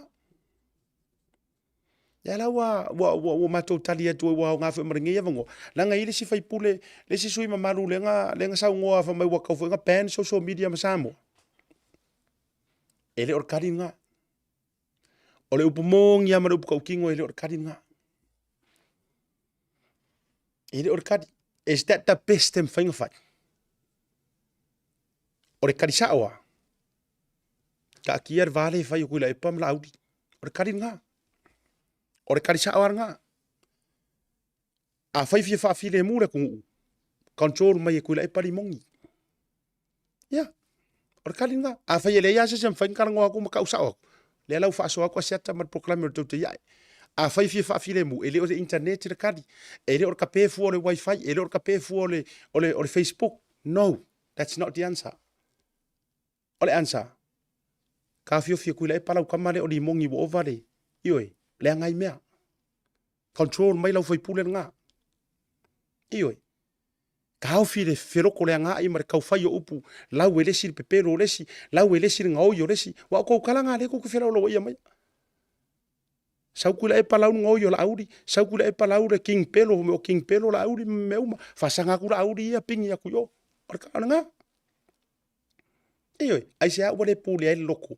Ai se a wale pule ai o ko inga makua leo kula e se a wale pule ai lo finga ngalo. Sa amako fa ai e ama avaku ma si o ruma mai ka usanga fia, se a me wale kali ai malolo fa kamari. Ko ia fua se kai au. Ai le anga o lo pea. Le afuanga nga le alai me ia. Iyo e. Umanga e la lau mai I, la lau fa masingonga, lau va leo fa masingonga, lau va leo malo, lau va leo fa masingonga, sau marimongi lau va leo fa masingonga, lau va leo malo, so o mai mapai lau va leo, sau oi ma fake page lau va leo. Vai. Ore kari langa, ore kari kongo nga. Le ala fo nga waki nga ai loko isi kangaka. Ma o fo ila ko react mai, ma retaliate mai. Fai fake pages ma mea uma, ma fai fe tau inga. Ore kai me ke ro fusi ai, ore kai me ke ro fa mangro ai. Kai me fo nga umai me. Ya. Ore fa so nga nge fiafi. Ya nga mo fongo. Mai mau e a fia mauangi fai pule fa pengi la ko fa so ko ngol moka. Iyo. Ma o manga o miangi fai pule ko haloko. Kala ngo sa o. Ore issue re kupu o vevesi ai le mea. Ore issue ngai ue o code cut, ngai ue o code key, ngai ue o code. Ngai ue o code key. Ore issue nga. Ai le nga na me ore uma enga e ko fa sanga mai ma ko fa mai. La nga wakango fu le ri le ko evange mai mea, wakango fu ore wa le wa kariaku. Le nga believe you me. Ola la vea fo mo lo uingoa. Ile lisi o filio o ko nga. Ola la me fa ku nga me. Iyo. Tulo wa renga ngana male a. Ola me o fa ya o ko nga me. A mai ka male fa karango ai ko ai le ngai fu ko loko. Mati nga fu ya o ko. A o fa ya ko se mo le wa ko ma sa. Nga mai ya se mi fa karango. Ala ngol mele le wo makwa ki nga ya loko o ko ya. Le ke ro I know. Le ke ro le ya o ko ya ko ke fongo nga. Ma ko pure nga. Ai maso o popole ai kasi nga mea. O fe. Iyo. Ha umanga me ko ke kau popole ko ke kau wa fa mai langa wo ko langa mai fu. Ai la se me o ke akai. Wa mama ko fe. Wa langa me le. Pe afa pe ngai ko ke lo ye se sa o le me le. Longo winga. Wa mama ko fe. Yes. Wa makwa ma le fe. Wa mawa. Ai o le mea nga pe nga foringa mai ele mo ila. A o to wata ma to wanga ma me ufai mai.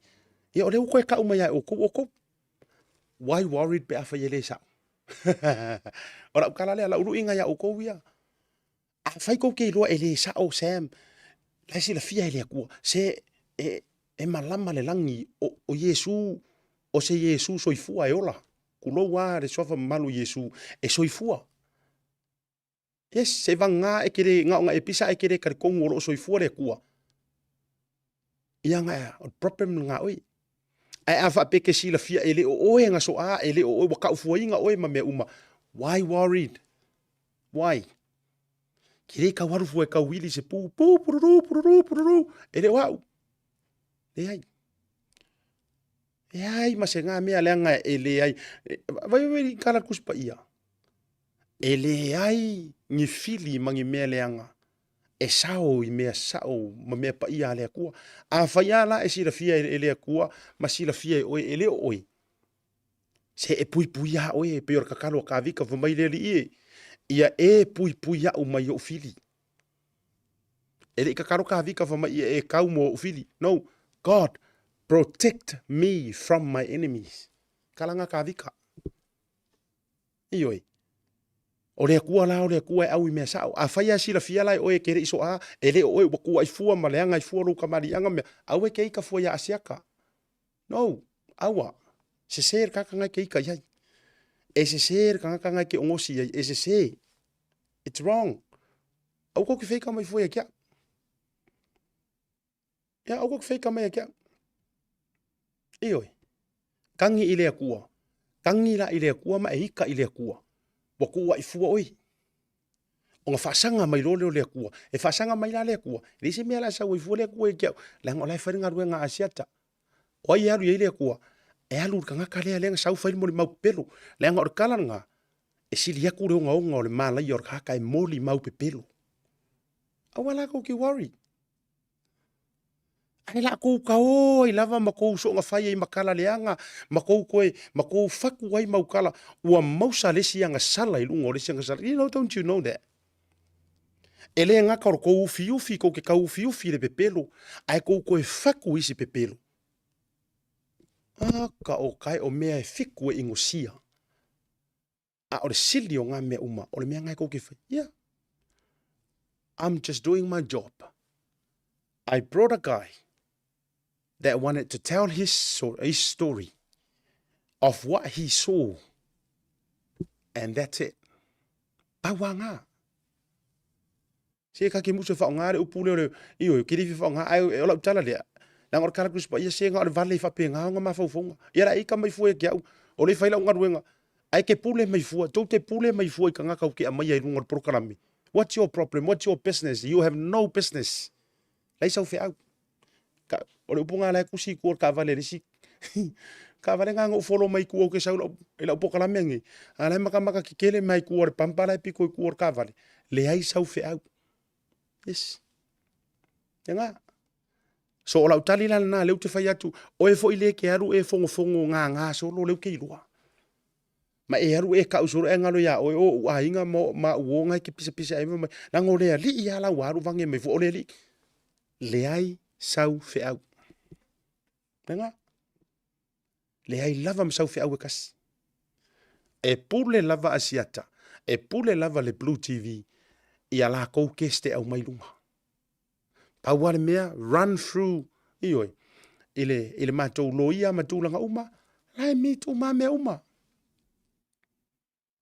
Ioi, lai mitu mā mea uma ole, whakarangoanga. Until now, ia ngā leo ke whaku. Lai mitu mā mea uma, le ai ma se mea ora ngā, sau ngā sem, ma le sau fua sem, ma kūranga uwa benga. Ale la wo koe whaafo ia kumara ukala ngā. Ole faukuanga mara ku alalo ia ko fionga i sui mamaru le anga o ma ko filfilia o ko ke aku konga ioi ele ila se anga tonu mo ke le fa ko winga ar ku alalo le anga nga mafuanga ko aku kongo le parmengi ko ke aku fa leo finga nga lori ku malo le ala o fa leo fa lo ke le kunga e mo o miangi ko ai ku ku irunga makau ka karasa fa ifo se se ole ku ngai ku la e pa la va ia lea yes. La vai alea. Ele ma fai anga fai foi ngisi singia o kou. Ele ma fai anga fai foi se siri mongi. La vai a. Ape a kou ia lo walu e ke kau fai manga mea i o ma mea uma. Mare kele masaki ai fua. Ale fai ama. Ale ko ki fafonga ko ale fai ama karangoa ia sau ngoa pare mia. Ai a uma ea ole ha foi se me fai e la auri makulanga uma ele aro la faso. Ale nga ko fafonga iai. Aleng ko fafonga ilisi fongo leang faya ngala vea umala auri do kengia le arka mai kai parmia kulanga i valele malanga ia e ui o se ngau lelei nga mau ai milionga ina ngaka mai kai mi pupu ulua vai aso ai mau ai le 5 milionga ai le alo arka mai kai parmia ea leanga ia lofa le akua ore kangaka ia o ai mafa kongu iai ore kangaka ia lofa ai io ore kalanga ku spaya o ke alofa o le ya o ai fa kongu ya alofa ile ku fa bengala ai aku faungi ele o kengia ya longo winga e rua me ya o fefe makua o fefe ko fa yese kala ala wa vakul mako fokuanga ala na te fa malu lu ni so fina ngalo mani so ilato le fai solo o lato loko o loko ngai ngai sui fai puli ore ngau nga ia kau keu ruma fale ma ko elelei le ngana ma to elelei ia so kanga o kanga ka o ma sofa ma mare pele pe va kur fa fonga le tulu le afu ai okay lo ole lelei o le lato intention o le motive ma le intention behind ile ngau ka inga ia su ese awala se I ko afi mali ai ma koe le ai le ngangana e whaafo I ai kau kakala kangaka ma relationship ma so tanga lenga i le si faipule nga sa ngoa fa mai ya pe a pen ya loa le ma nga ia ngalo lenga asa ili le loto ma le fina ngalo ma kuaku le mangulau ki le ai sa ngoa ai si faipule le o le manga ia o le ia koe whaafo I Samoa I le whea lo fangi sa I mua o le fesili ngu mera kasi ua mafua nga masofa o le ma whapenge I le anga e ma le ngai kaimi sa le whape mua sa le whapea nga e mo ia nga o kasi ia nga o si o la pia nga le nga makua pa so mai fo ia kuila e pa malanga whai nga malo nga makua pa so pinga o la pia nga whai nga ia nga styring nga mga ia nga mea nga o la pi fo ila nga vai kaimi ele ingu kukulou ele ingu kuwa mangu pua avai ku fa fonga la ku ngale pinga o kangwa o la pi expose mai ia mea fa alilo lilo ai kalung e inga uma mai le whainga pā loka le amare suinga ma le fiao ese yes ma le fiao ese wale pumo e ko ke fa alo fua e kasi ale one reason le ala inga mafua nga mangungu ngi mea o le fia ko ilalo o le fia whaia inga ioi le ala nga wha ngau mai ai loa ia sau ai loa le wha o loa kaua marenguku wari ka mai kai pāne mia ke loa e muri nge ia o ai wa fai mai wa fai mai loa ia pe e counter mai fa pele ia e fast e ala mai ngai ia o ai fo ila sanga ngofo umi ora kala lea o ai fo ile vale la sanga ngofo umi o vai ku ngola fai mai o ngaka ia nga sa o fa ngai sio anko nga fa ngai ira wori ia ku nga fe ala fai le waruro anko fai le kai pusa le kai e pusa rola le va ku fa fonga la tunu la uma sa do malo anko fa ngura wori ale nga fa dunga e ala sanga mo e fiokin iyo e sanga mo e fiokin va ku fa fonga la tunu la le wingo le nantal le nga wa ngai ngo vai mai le amakanga fa vai o Samoa iyo ola koru manguiki winti so nga loloke o ia so nga lole o pages o ka le nguku leanga ia nguku leanga ngai pages ia le la pe fa to atau amata matai loa inga ua vai ku ai si kangaka so le sele ai o le fa ma ile mele ka ilo le pipisi er ko viki le pipisi pe ku kusa ma le pipisi o le sau o le me o le fake pages leanga le pipi ia e fa ko ama kai lo len ka fa inga ingisi kangaka ia se ka fa ingi me ka counter pack kai le me pi ko le ngai aka vai ku ngai sa ngwa ngai ska ka ia le fa me ngai o ile vai fa le pipi so le e makua sound familiar makuskusinga isi fake pages o ika ke roi e kapisa solo fu hafa mai ole aku shoot ele no pola ko yes ele no po kai kai ya le la fi mai ku ai nga ngo mai fai me e kau ku ai fu le mamaru le ku fa pe mai ole mamaru le ku ya o kanga kai ora ke leo isi kanga ke ko nguku mai nga o le fai mai fake pages ale HRPP e pingi kanga le fenga luenga malo yes ele lo pongi CEO pongi CEO ya a fai ole asa fa fonga sa mo ele si ia kole le anga wakili nga fai to mea ma to tu ai mai tangata fa mai o le mako piko la au le fa ko pole vesi le ala o kali aku lava uia le o kali aku uia ia monga o ia e la o piko la au fa media ele afirma ave le fu nga inisio o ala ata fa sala ai ela ngonga yo kingo makangi le o le finga ngalo fo inga nga ngaka la yo mako wa ia nga luenga ale ko ke va vai mai kwa uma fa karango ko le OCA le ai u kere o sau fainga fai kala mangi nga mea fa benga no tatia ia isi kanga kai o la nga mea nga ia nga fai issue wa ma fai le ai E ia tātou por kalame anoa. E ia ka kou whaakarangoanga angoa. Ai a whaarongolongo aku ai kusi mai roko lima ma kou whamai. O le au vaenga, o isi kaimi e fia kere ka kou kungu Samoa kusi mai roko lima ya ma kou fafo. Yes. Ele o mukare mea lea sa whai mai a whai ngā malo len kua ngai aku. O re kusi mai roko lima ya ma tau ia tunu i fafo. A o ai ea lea e manguia sa sa aku ai ka kou kungu. O ai.